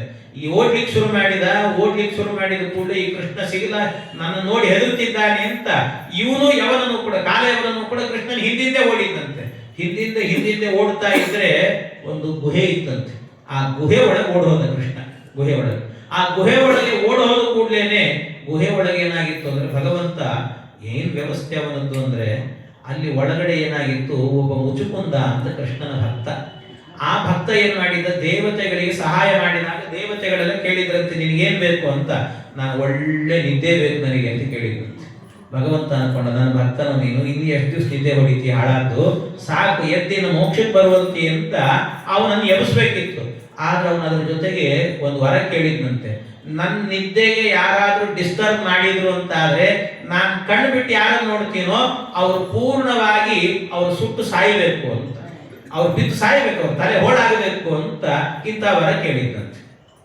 ಅದಕ್ಕೆ ಕೃಷ್ಣ ಅನ್ಕೊಂಡ, ಒಂದೇ ವ್ಯವಸ್ಥೆಯಲ್ಲಿ ಎರಡು ಹಕ್ಕಿಗಳಾಗಬೇಕು ಅಂತ ಭಗವಂತ ಆ ಗುಹೆ ಒಳಗೆ ಓಡಿದಂತೆ. ಓಡ್ತಾ ಇದ್ದಂತೆ ಈ ಕಾಲೆಯವರನ್ನು ಕೂಡ ಹಿಂದಿಂದೆ ಬಂದ ಕೂಡಲೇನೆ ಈ ಕೃಷ್ಣ ತನ್ನ ಮೈ ಮೇಲಿದ್ದ ಶಾಟಿಯನ್ನ ಆ ಮುಚುಕುಂದ ಮಲಗಿದ್ನಲ್ಲ ಅವನ ಮೇಲೆ ಹೊದಿಸಿಬಿಟ್ಟಂತೆ. ಹೊದಿಸಿ ಆ ಕಡೆ ದೂರದಲ್ಲಿ ಹೊಡೆದುಕೊಂಡು ಹೋಗಿ ನಿಂತುಬಿಟ್ಟ. ನಿಂತು ಕೂಡಲೇ ಈ ಕಾಲೆಯವನಿಗೆ ಅನ್ನಿಸ್ತು, ಎಲ್ಲ ಕೃಷ್ಣ ನನಗ್ ಗೊತ್ತಾಗಲ್ಲ ಅಂತ ತಿಳ್ಕೊಂಡೇನೋ, ಈಗ ಮಲ್ಕೊಂಡ್ಬಿಟ್ರೆ ನೀನು ಅಂತ ಗೊತ್ತಾಗಲ್ಲ ಅಂತ ತಿಳ್ಕೊಂಡಿದ್ಯಾ, ನೋಡಿ ಈಗ ಏನ್ ಮಾಡ್ತೇನೆ ನಿನ್ನನ್ನ ಅಂತ ಈ ಕಾಲೆಯವನ ಏನ್ ಮಾಡಿದಂತೆ ಒಂದ್ಸರ್ತಿ ಜಾಡಿಸಿ ಒದ್ದನಂತೆ ಆ ಮುಚುಕುಂದನಿಗೆ. ಅವನು ಒದ್ದು ಕೂಡ್ಲೇನೆ ಇವನು ಎದ್ದ ಆ ಕಡೆಯಿಂದ. ಯಾರು ಹೊತ್ತು ನೋಡುತ್ತಾನೆ, ಅವನು ನೋಡಿದ ಕೂಡಲೇ ಭಸ್ಮವಾಗಿ ಕೆಳಗೆ ತಲೆ ಹೋಳಾಗಿ ಬಿದ್ದಂತೆ, ಕೆಳಗೆ ಬಿದ್ದಂತೆ. ಎಷ್ಟು ವಿಚಿತ್ರ ನೋಡಿ. ಇವನೇನಾಯ್ತು, ಬಂದ ಕಾಲೆಯವನ ಬಂದ, ಏನ್ ತಿಳ್ಕೊಂಡ, ಇವನೇ ಕೃಷ್ಣ ಅಂತ ತಿಳ್ಕೊಂಡ, ಒದ್ದ. ಅವನು ಒದ್ದ, ಇವನು ಎದ್ದ, ಇವನು ಬಿದ್ದ. ಹಾಗೆ ಇವನು ಬಿದ್ದೇ ಹೋದಂತೆ. ಅಂದ್ರೆ ಇದರ ಅರ್ಥ ಏನು ಅಂತಂದ್ರೆ, ಇದರಲ್ಲೂ ನಮಗೊಂದು ಸಂದೇಶ ಕೊಟ್ಟಿದ್ದಾನೆ ಪರಮಾತ್ಮ. ಏನ್ ಸಂದೇಶ ಅಂದ್ರೆ, ದೇವರು ಹೇಳ್ತಾನೆ ಭಗವಂತ ನೋಡಿ, ಕಾಲಯವನ ಅಂತ ಹೇಳಿದರೆ ಅವನೊಬ್ಬ ದೈತ್ಯ. ಈ ಮುಚುಕುಂದ ಅಂದ್ರೆ ಯಾರು, ಅವನೊಬ್ಬ ಜೀವ. ಆದ್ರೆ ಆ ಕಾಲಯವನ ಏನ್ ಮಾಡಿದ ದೈತ್ಯ ಅಂದ್ರೆ, ದೈತ್ಯ ಬುದ್ಧಿ ಹೇಗಿರುತ್ತೆ ಅಂದ್ರೆ, ಮುಚುಕುಂದ ಒಬ್ಬ ಜೀವ, ಆದ್ರೆ ಆ ಜೀವನನ್ನ ಏನ್ ತಿಳ್ಕೊಂಡ ಅವನು, ಇವನೇ ಕೃಷ್ಣ ಅಂತ ತಿಳ್ಕೊಂಡ. ಅಂದ್ರೆ ಜೀವ ಪರಮಾತ್ಮ ಒಂದೇ ಅಂತ ತಿಳ್ಕೊಂಡ. ಅದಕ್ಕೇನಾಯ್ತು, ಅವನಿಗೆ ಕೆಳಗೆ ಬೀಳುವಂತ ಸ್ಥಿತಿ ಬಂತು. ಆದ್ರಿಂದ ಜೀವನದಲ್ಲಿ ಏನಾದ್ರೂ ಕೂಡ ಜೀವ ಪರಮಾತ್ಮ ಒಂದಾಗಲಿಕ್ಕೆ ಸಾಧ್ಯವೇ ಇಲ್ಲ. ಹಾಗೇನಾದ್ರೂ ತಿಳ್ಕೊಂಡ್ರೆ ನೀವು ನಿಮ್ಮ ಜೀವನದಲ್ಲಿ ಕಾಲೆಯವನಂತೆ ಕೆಳಗೆ ಬಿಡುತ್ತೀರಿ ಅನ್ನುವಂಥ ತತ್ವವನ್ನ ಭಗವಂತ ಇಲ್ಲಿ ತೋರಿಸಿಕೊಟ್ಟ ಪರಮಾತ್ಮ. ಹೀಗೆ ಅಂದ್ರೆ ಎಲ್ಲದರಲ್ಲೂ ಕೂಡ ಆಚಾರ್ಯರ ಸಿದ್ಧಾಂತ ಎನ್ನುವಂತಹದ್ದು ಅಡಿಗೆ ಹೋಗಿದೆ ಅಂತಲ್ಲ ಕೃಷ್ಣನ ಚಿಂತನೆಗಳಲ್ಲಿ. ಈ ರೀತಿಯಲ್ಲಿ ಪರಮಾತ್ಮ ತೋರಿಸಿದ ಆ ಕಾಲೆಯವನನ್ನು ಸಂಹಾರ ಆಯಿತು. ಇಷ್ಟಾದರೂ ಕೂಡ ಭಗವಂತ ಏನು ಮಾಡಿದ, ಜರಾಸಂಧನನ್ನು ಕೊಲ್ಲಿಲ್ಲ, ಮತ್ತೆ ಬಿಟ್ಟು ಜರಾಸಂಧನ. ಯಾಕೆ ಅಂತಂದ್ರೆ, ಈಗಲಾದ್ರೂ ಕೊಲ್ಬೋದಿತ್ತಲ್ಲ, ಎಲ್ಲ ಒಂದು ಹಂತದ ಮುಗೀತು, ಇನ್ನು ಮುಗಿಸ್ಬಿಡ್ಬೋದಿತ್ತಲ್ಲ. ಅಂದ್ರೆ ಈ ಜರಾಸಂಧ ಅವನನ್ನ ಕೊಲ್ಲುವ ಕೀರ್ತಿ ನನಗಲ್ಲ, ನನ್ನ ಮಗ ಅಥವಾ ನನ್ನ ಶಿಷ್ಯನಾದಂತಹ ಭೀಮನಿಗೆ ಬರಲಿ ಅಂತ. ಭೀಮನಿಗೆ ಆ ಕೀರ್ತಿ ಬರಬೇಕು ಅಂತ, ಜರಾಸಂಧನನ್ನ ಕೊಂದ ಕೀರ್ತಿ ಅವನಿಗೆ ಬರಬೇಕು ಅಂತ ಅದಕ್ಕೋಸ್ಕರವಾಗಿ ಭಗವಂತ ಈ ವ್ಯವಸ್ಥೆ ಮಾಡಿದ್ದಂತೆ. ಏನು ಅಂದ್ರೆ, ಇದರ ಹಿನ್ನೆಲೆ ಹೇಗೆಂದ್ರೆ, ಇದನ್ನ ಯಾವ ರೀತಿ ಚಿಂತನೆ ಮಾಡಬೇಕು. ಮುಂದೆ ಏನ್ ಮಾಡ್ತಾನೆ ಕೃಷ್ಣ, ಆಮೇಲೆ ರುಕ್ಮಿಣಿ ಮದುವೆ ಎಲ್ಲ ಆದ ನಂತರ ಒಂದ್ಸರ್ತಿ ಏನ್ ಮಾಡ್ತಾನೆ, ಈ ಭೀಮ ಅರ್ಜುನ ಇಬ್ಬರನ್ನು ಕರ್ಕೊಂಡು ಹೋಗಿ ಜರಾಸಂಧನ ಜೊತೆ ಯುದ್ಧ ಮಾಡಿಸಿ ಜರಾಸಂಧನ ಕೊಲ್ತಾನೆ ಪರಮಾತ್ಮ. ಅದನ್ನ ಕೊಲ್ಲಬೇಕಾದ್ರೆ ಏನ್ ಮಾಡಿದ, ಭೀಮ ಅರ್ಜುನನ್ನ ಕರ್ಕೊಂಡು ಹೋಗಿ ಅವನ್ನ ಕೊಂದ. ಇದರ ಅರ್ಥ ಏನು, ಇದರ ಅರ್ಥ ಏನು ಅಂದ್ರೆ, ಜರಾಸಂಧ ಅಂತ ಹೇಳಿದ್ರೆ ಅವನು ಮಿಥ್ಯಾಜ್ಞಾನದ ಪ್ರತೀಕ. ಜಗತ್ತು ಸುಳ್ಳು ಅಂತ ಹೇಳುವಂತ ಏನು ಜ್ಞಾನ ಇದೆಯಲ್ಲ ಅದರ ಪ್ರತೀಕ. ಜಗತ್ ಸುಳ್ಳು ಅಂತ ಹೇಳ್ತಾನೆ. ಅವನಿಗೆ ಇಬ್ರು ಮಕ್ಕಳು ಅಂತಂದ್ರೆ ಯಾರದು ಅಂದ್ರೆ, ಅಸ್ಥಿ ಪ್ರಾಸ್ತಿ ಅಂದ್ರೆ ಒಂದು ವಿಪರೀತ ಜ್ಞಾನ, ಇನ್ನೊಂದು ಸಂಶಯ ಅಂತ. ಇದು ಜಗತ್ತು ಸುಳ್ಳು ಅನ್ನುವಂತ ವಾದ ಯಾರು ಅಂದ್ರೆ ಜರಾಸಂಧ. ಅವನು ಅದರ ಪ್ರತೀಕ, ಮಿಥ್ಯಾಜ್ಞಾನದ ಪ್ರತೀಕ.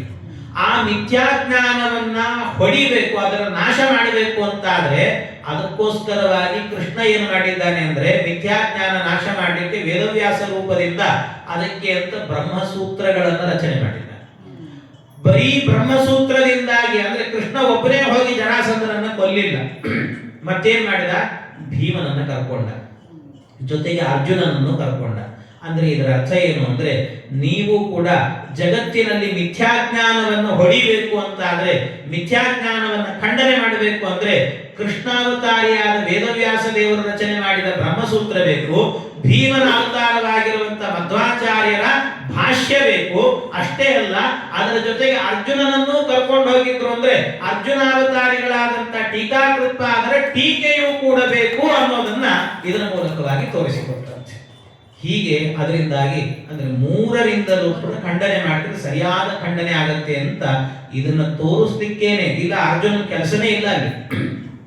ಕೃಷ್ಣ ಮತ್ತು ಭೀಮ ಹೋದ್ರೆ ಸಾಕಾಗಿತ್ತು, ಅರ್ಜುನ ಜೊತೆಗಿರ್ಲಿ ಅಂತ ಕರ್ಕೊಂಡು ಹೋದ್ರೆ ಇದಕ್ಕೆ ಮಿಥ್ಯಾಜ್ಞಾನವನ್ನು ಖಂಡನೆ ಮಾಡುವಾಗ ಈ ರೀತಿ ಮಾಡಬೇಕು ಅಂತ ಅನ್ನೋದನ್ನ ಪರಮಾತ್ಮ ತೋರಿಸಿಕೊಡ್ತಾನೆ ಇದನ್ನೆಲ್ಲವನ್ನು ಕೂಡ. ಈ ರೀತಿ ಅಂತೂ ಎಲ್ಲರ ಸಂಹಾರವನ್ನು ಮಾಡಿದ ಭಗವಂತ. ಇವರೆಲ್ಲ ದುಷ್ಟರ ಸಂಹಾರಗಳೆಲ್ಲವೂ ಕೂಡ ನಡೆಯುತ್ತಂತೆ. ಈ ದುಷ್ಟರ ಎಲ್ಲರ ಸಂಹಾರಗಳೆಲ್ಲವೂ ನಡೆದಾದ ನಂತರ ಆಮೇಲೆ ಭಗವಂತ ಒಂದು ತಾನೇ ಒಂದು ಏನ್ ಮಾಡಿಬಿಟ್ಟಿದ್ದಂತೆ, ಈ ಜರಾಸಂಧ ಪದೇ ಪದೇ ಬರ್ತಾ ಇದ್ದ ಅಂತ ತಮ್ಮವರನ್ನ ಸೇಫ್ ಆಗಿ ಇಡಬೇಕು ಅನ್ನೋದಕ್ಕೋಸ್ಕರವಾಗಿ ಸಮುದ್ರದ ಮಧ್ಯದಲ್ಲೇನೆ ಒಂದು ಪಟ್ಟಣವನ್ನು ಕಟ್ಟಿಬಿಟ್ಟ. ಅದಕ್ಕೆ ದ್ವಾರಕಾ ಅಂತ ಹೆಸರಂತೆ. ದ್ವಾರಕಾ ಪಟ್ಟಣ ಸಮುದ್ರದ ಮಧ್ಯದಲ್ಲಿ ಕಟ್ಟಿಟ್ಬಿಟ್ಟನಂತೆ ಭಗವಂತ. ಯಾರು ಒಳಗೆ ಬರ್ಲಿಕ್ಕೆ ಆಗಬಾರ್ದು ಆ ರೀತಿ ವ್ಯವಸ್ಥೆ ಮಾಡಿಟ್ಬಿಟ್ಟ. ಹಿಂಗೆಲ್ಲ ಮಾಡಿದ್ದ. ಅಲ್ಲಿ ವಾಸ ಮಾಡಿಕೊಂಡು ಹಾಯಾಗಿ ಇದ್ದಂತೆ ಭಗವಂತ. ಇಷ್ಟು ಇರುವಾಗಲೇನೆ ಕೃಷ್ಣನಿಗೆ ಏನಾಯಿತು ಅಂದ್ರೆ, ಪರಮಾತ್ಮನಿಗೆ ಈ ಪ್ರತಿನಿತ್ಯವೂ ಕೂಡ ಈ ದಿನಪತ್ರಿಕೆ ಓದ್ತಾ ಇದ್ದಂತೆ ಕೃಷ್ಣ. ಅವನಿಗೆ ನ್ಯೂಸ್ ಪೇಪರ್ ಓದೋ ಹವ್ಯಾಸ ಇತ್ತಂತೆ. ಪ್ರತಿನಿತ್ಯ ದಿನಪತ್ರಿಕೆ ಓದ್ತಿದ್ದ. ಆ ದಿನಪತ್ರಿಕೆ ಓದುವಾಗ ಒಂದು ದಿವಸ ಏನಾಯಿತಂತೆ, ಕೃಷ್ಣನಿಗೆ ಆ ಪತ್ರಿಕೆಯನ್ನ ದಿನಪತ್ರಿಕೆ ಓದಬೇಕು ಅಂತ ತೆಗೆದ. ಹೆಡ್ಲೈನ್ ಅಲ್ಲೇ ಇತ್ತಂತೆ. ಏನು ಅಂತಂದ್ರೆ, ಭೀಷ್ಮಕ ರಾಜ ರುಕ್ಮಿಣೀ ದೇವಿಗೆ ಸ್ವಯಂವರವನ್ನ ಏರ್ಪಾಟು ಮಾಡಿದ್ದಾನೆ ಅಂತ ಹೆಡ್ಲೈನ್ ಇತ್ತಂತೆ. ಎಲ್ರಿಗೂ ಹಾಗೆ ಕಾಣಿಸ್ತಿತ್ತು. ಭೀಷ್ಮಕ ರಾಜ ರುಕ್ಮಿಣಿಗೆ ಸ್ವಯಂವರ ಏರ್ಪಡಿಸಿದ್ದಾನೆ ಅಂತಿದ್ರೆ, ಕೃಷ್ಣನಿಗೆ ಮಾತ್ರ ಏನ್ ಕಾಣಿಸ್ತಂತೆ, ಕೃಷ್ಣನ ಹೆಂಡತಿಗೆ ಸ್ವಯಂವರ ಅಂತ ಕಾಣಿಸ್ತಂತ. ಹಂಗ ಕಾಣಿಸ್ತಂತ ಅವನಿಗೆ. ಕೃಷ್ಣ ಅನ್ಕೊಂಡಿಲ್ಲ, ನನ್ನ ಹೆಂಡತಿಗೆ ಸ್ವಯಂವರ ಮಾಡ್ತಿದ್ದಾನಲ್ಲಿ ಇವನು ಅಯೋಗ್ಯ ಅಂತ ಅನ್ಕೊಂಡ ಭಗವಂತ. ಇದನ್ನೇನಾದ್ರೂ ಮಾಡಿ ನಿಲ್ಲಿಸ್ಬೇಕು ಅಂತ. ಕೃಷ್ಣನಿಗೆ ಗಾಬರಿ ಆಯ್ತು ಅನ್ಸ. ಯಾರಿಗಾದ್ರೂ ಗಾಬರಿ ಆಗಲ್ವೇ? ಎಲ್ಲಾದ್ರೂ ಕೂಡ ಹೆಂಡತಿ ಮನೇಲಿ ಇರ್ತಾಳೆ ಅಂತ ಪಾಪ ಗಂಡ ಹೋಗಿರ್ತಾರೆ. ಹೋಗಿ ಪತ್ರಿಕೆ ತೆಗೆದು ನೋಡಿದಾಗ ನಿನ್ನ ಹೆಂಡತಿಗೆ ಸ್ವಯಂವರ ಅಂದ್ರೆ ಎಷ್ಟು ಗಾಬರಿ ಆಗ್ಲಿಕ್ಕಿಲ್ಲ ಗಂಡನಿಗೆ ಒಂದ್ಸರ್ತಿ. ಹಾಗೆ ಆ ರೀತಿ ಕೃಷ್ಣನಿಗೆ ಇದನ್ನೇನಾದ್ರೂ ಮಾಡಿ ನಿಲ್ಲಿಸಬೇಕು ಅಂತ ಪರಮಾತ್ಮ ಏನು ಮಾಡಿದಂತೆ, ಭಗವಂತ ಗರುಡನನ್ನು ಕರೆದಂತೆ. ಗರುಡ ಗೋಮಂತ ಪರ್ವತದ ಮೇಲೆ ಸಿಕ್ಕಿದ್ನಲ್ಲ, ಅವಾಗ ಕೇಳಿದ್ನಂತೆ ಗರುಡ, ಕೃಷ್ಣ ನನಗಂತೂ ನಿನ್ನ ಈ ಸೇವೆ ಮಾಡ್ಲಿಕ್ಕೆ ಅವತಾರ ಇಲ್ಲ, ನನಗೆ ನಾನು ಏನಾದ್ರೂ ಸೇವೆ ಮಾಡಬೇಕು, ರಾಮಾವತಾರದಲ್ಲೂ ಒಂದು ಸೇವೆ ಮಾಡಿದ್ದೀನಿ, ಹಂಗೊಂದು ಸೇವೆ ಕೊಡೋ ನನಗೆ ಅಂತ ಕೇಳಿದ್ದಂತೆ. ಅದಕ್ಕೆ ಭಗವಂತ ನಾನೇ ಕರಿತೀನಂತೆ, ಅವತ್ತು ಬರುವಂತಿ ಅಂತ ಹೇಳಿದಂತೆ ಭಗವಂತ. ಅದಕ್ಕೆ ಈ ಕರೆದ ಭಗವಂತ. ಕರೆದು, ಗರುಡ ನನ್ನನ್ನು ಅಲ್ಲಿ ಕರ್ಕೊಂಡು ಹೋಗಬೇಕು. ಎಲ್ಲಿ ಅಂದ್ರೆ ಭೀಷ್ಮಕ ರಾಜನ ಪಟ್ಟಣಕ್ಕೆ ಕರ್ಕೊಂಡು ಹೋಗಬೇಕು, ಅಲ್ಲಿ ಸ್ವಯಂವರ ನಡೀತಾ ಇದೆ, ಅದಕ್ಕೆ ಹೋಗ್ಬೇಕು ನಾನು ಅಂತ ಇಷ್ಟು ವ್ಯವಸ್ಥೆ ಮಾಡಿ ಆ ಗರುಡ ಬಂದವನೇ ಭಗವಂತ ಅದರ ಮೇಲೆ ಹೊರಡ್ತಾನಂತೆ. ಅವನು ಹೊರಟು ಕೂಡಲೇನೆ ಅಲ್ಲಿಂದಲೇ ದೂರದ ಪಟ್ಟಣದಿಂದಲೇ ನೋಡ್ತಾ ಇದ್ದಂತೆ ಯಾರು, ರುಕ್ಮಿಣೀ ದೇವಿ. ಖುಷಿ ಅವಳಿಗೆ. ಸಖಿಯರೆಲ್ಲ ಬರ್ತಾ ಇದ್ರಂತೆ, ನೋಡ್ತಾ ಇದ್ರಂತೆ. ಕೇಳಿದ್ರಂತೆ, ಎಷ್ಟು ಜನ ರಾಜರು ಬಂದಿದ್ದಾರೆ, ಏನ್ ಕತೆ, ಯಾರು ನಿನ್ನ ಮನಸ್ಸಿಗೆ ಯಾರು ಇಷ್ಟ ಆಗಿದ್ದಾರೆ ಹೇಳು, ನಿನ್ನ ಮನಸ್ಸಿಗೆ ಯಾರು ಇಷ್ಟ ಬಂದಿದ್ದಾರೆ ಅಂತ ಹೇಳಿದ್ರೆ, ಅಲ್ಲಿ ಮೇಲೆ ಇನ್ನು ಹಾರಿ ಬರ್ತಾ ಇದ್ದಂತೆ. ಅವನು ಬರುವಾಗಲೇ ಹೇಳಿದ್ದಂತೆ, ಹಕ್ಕಿಯ ಹೆಗಲೇರಿ ಬಂದಾವಗೆ ನೋಡಕ್ಕ ಮನಸೋತೆ ನಾನವಗೆ. ಆ ಹಕ್ಕಿಯ ಹೆಗಲೇರಿ ಬರ್ತಾ ಇದ್ದಾನಲ್ಲ, ಅವನಿಗೆ ಮನಸೋತಿದ್ದೇನೆ, ಅವನೇ ನನ್ನ ಗಂಡ ಅಂತ ಅನ್ಕೊಂಡು ಮೇಲಿಂದ ಕಿಟಕಿಯಲ್ಲಿ ನಿಂತೇ ತೋರಿಸ್ತಾ ಇದ್ದಂತೆ ಕೃಷ್ಣ ಬರ್ತಾ ಇದ್ದಾನೆ. ಬರುವಂತ ಕೃಷ್ಣ ಅವನನ್ನ ಕ್ಷಣ ಮಾತ್ರದಲ್ಲಿ ಬರ್ತಾನೆ. ನಮಗೋಸ್ಕರ ಅವನನ್ನ ನಾಳೆ ಬರೆಸೋಣ, ಭಗವಂತನನ್ನ ಹಕ್ಕಿ ಮೇಲೆ ಕೂಡಿಸೋಣ ಅಂತ ಹೇಳಿದ. ನಾಳೆ ದಿವಸ ಏನು ಅಂತ ಮುಂದಿನ ಚಿಂತನೆ ಮಾಡೋಣ. ಕೃಷ್ಣ.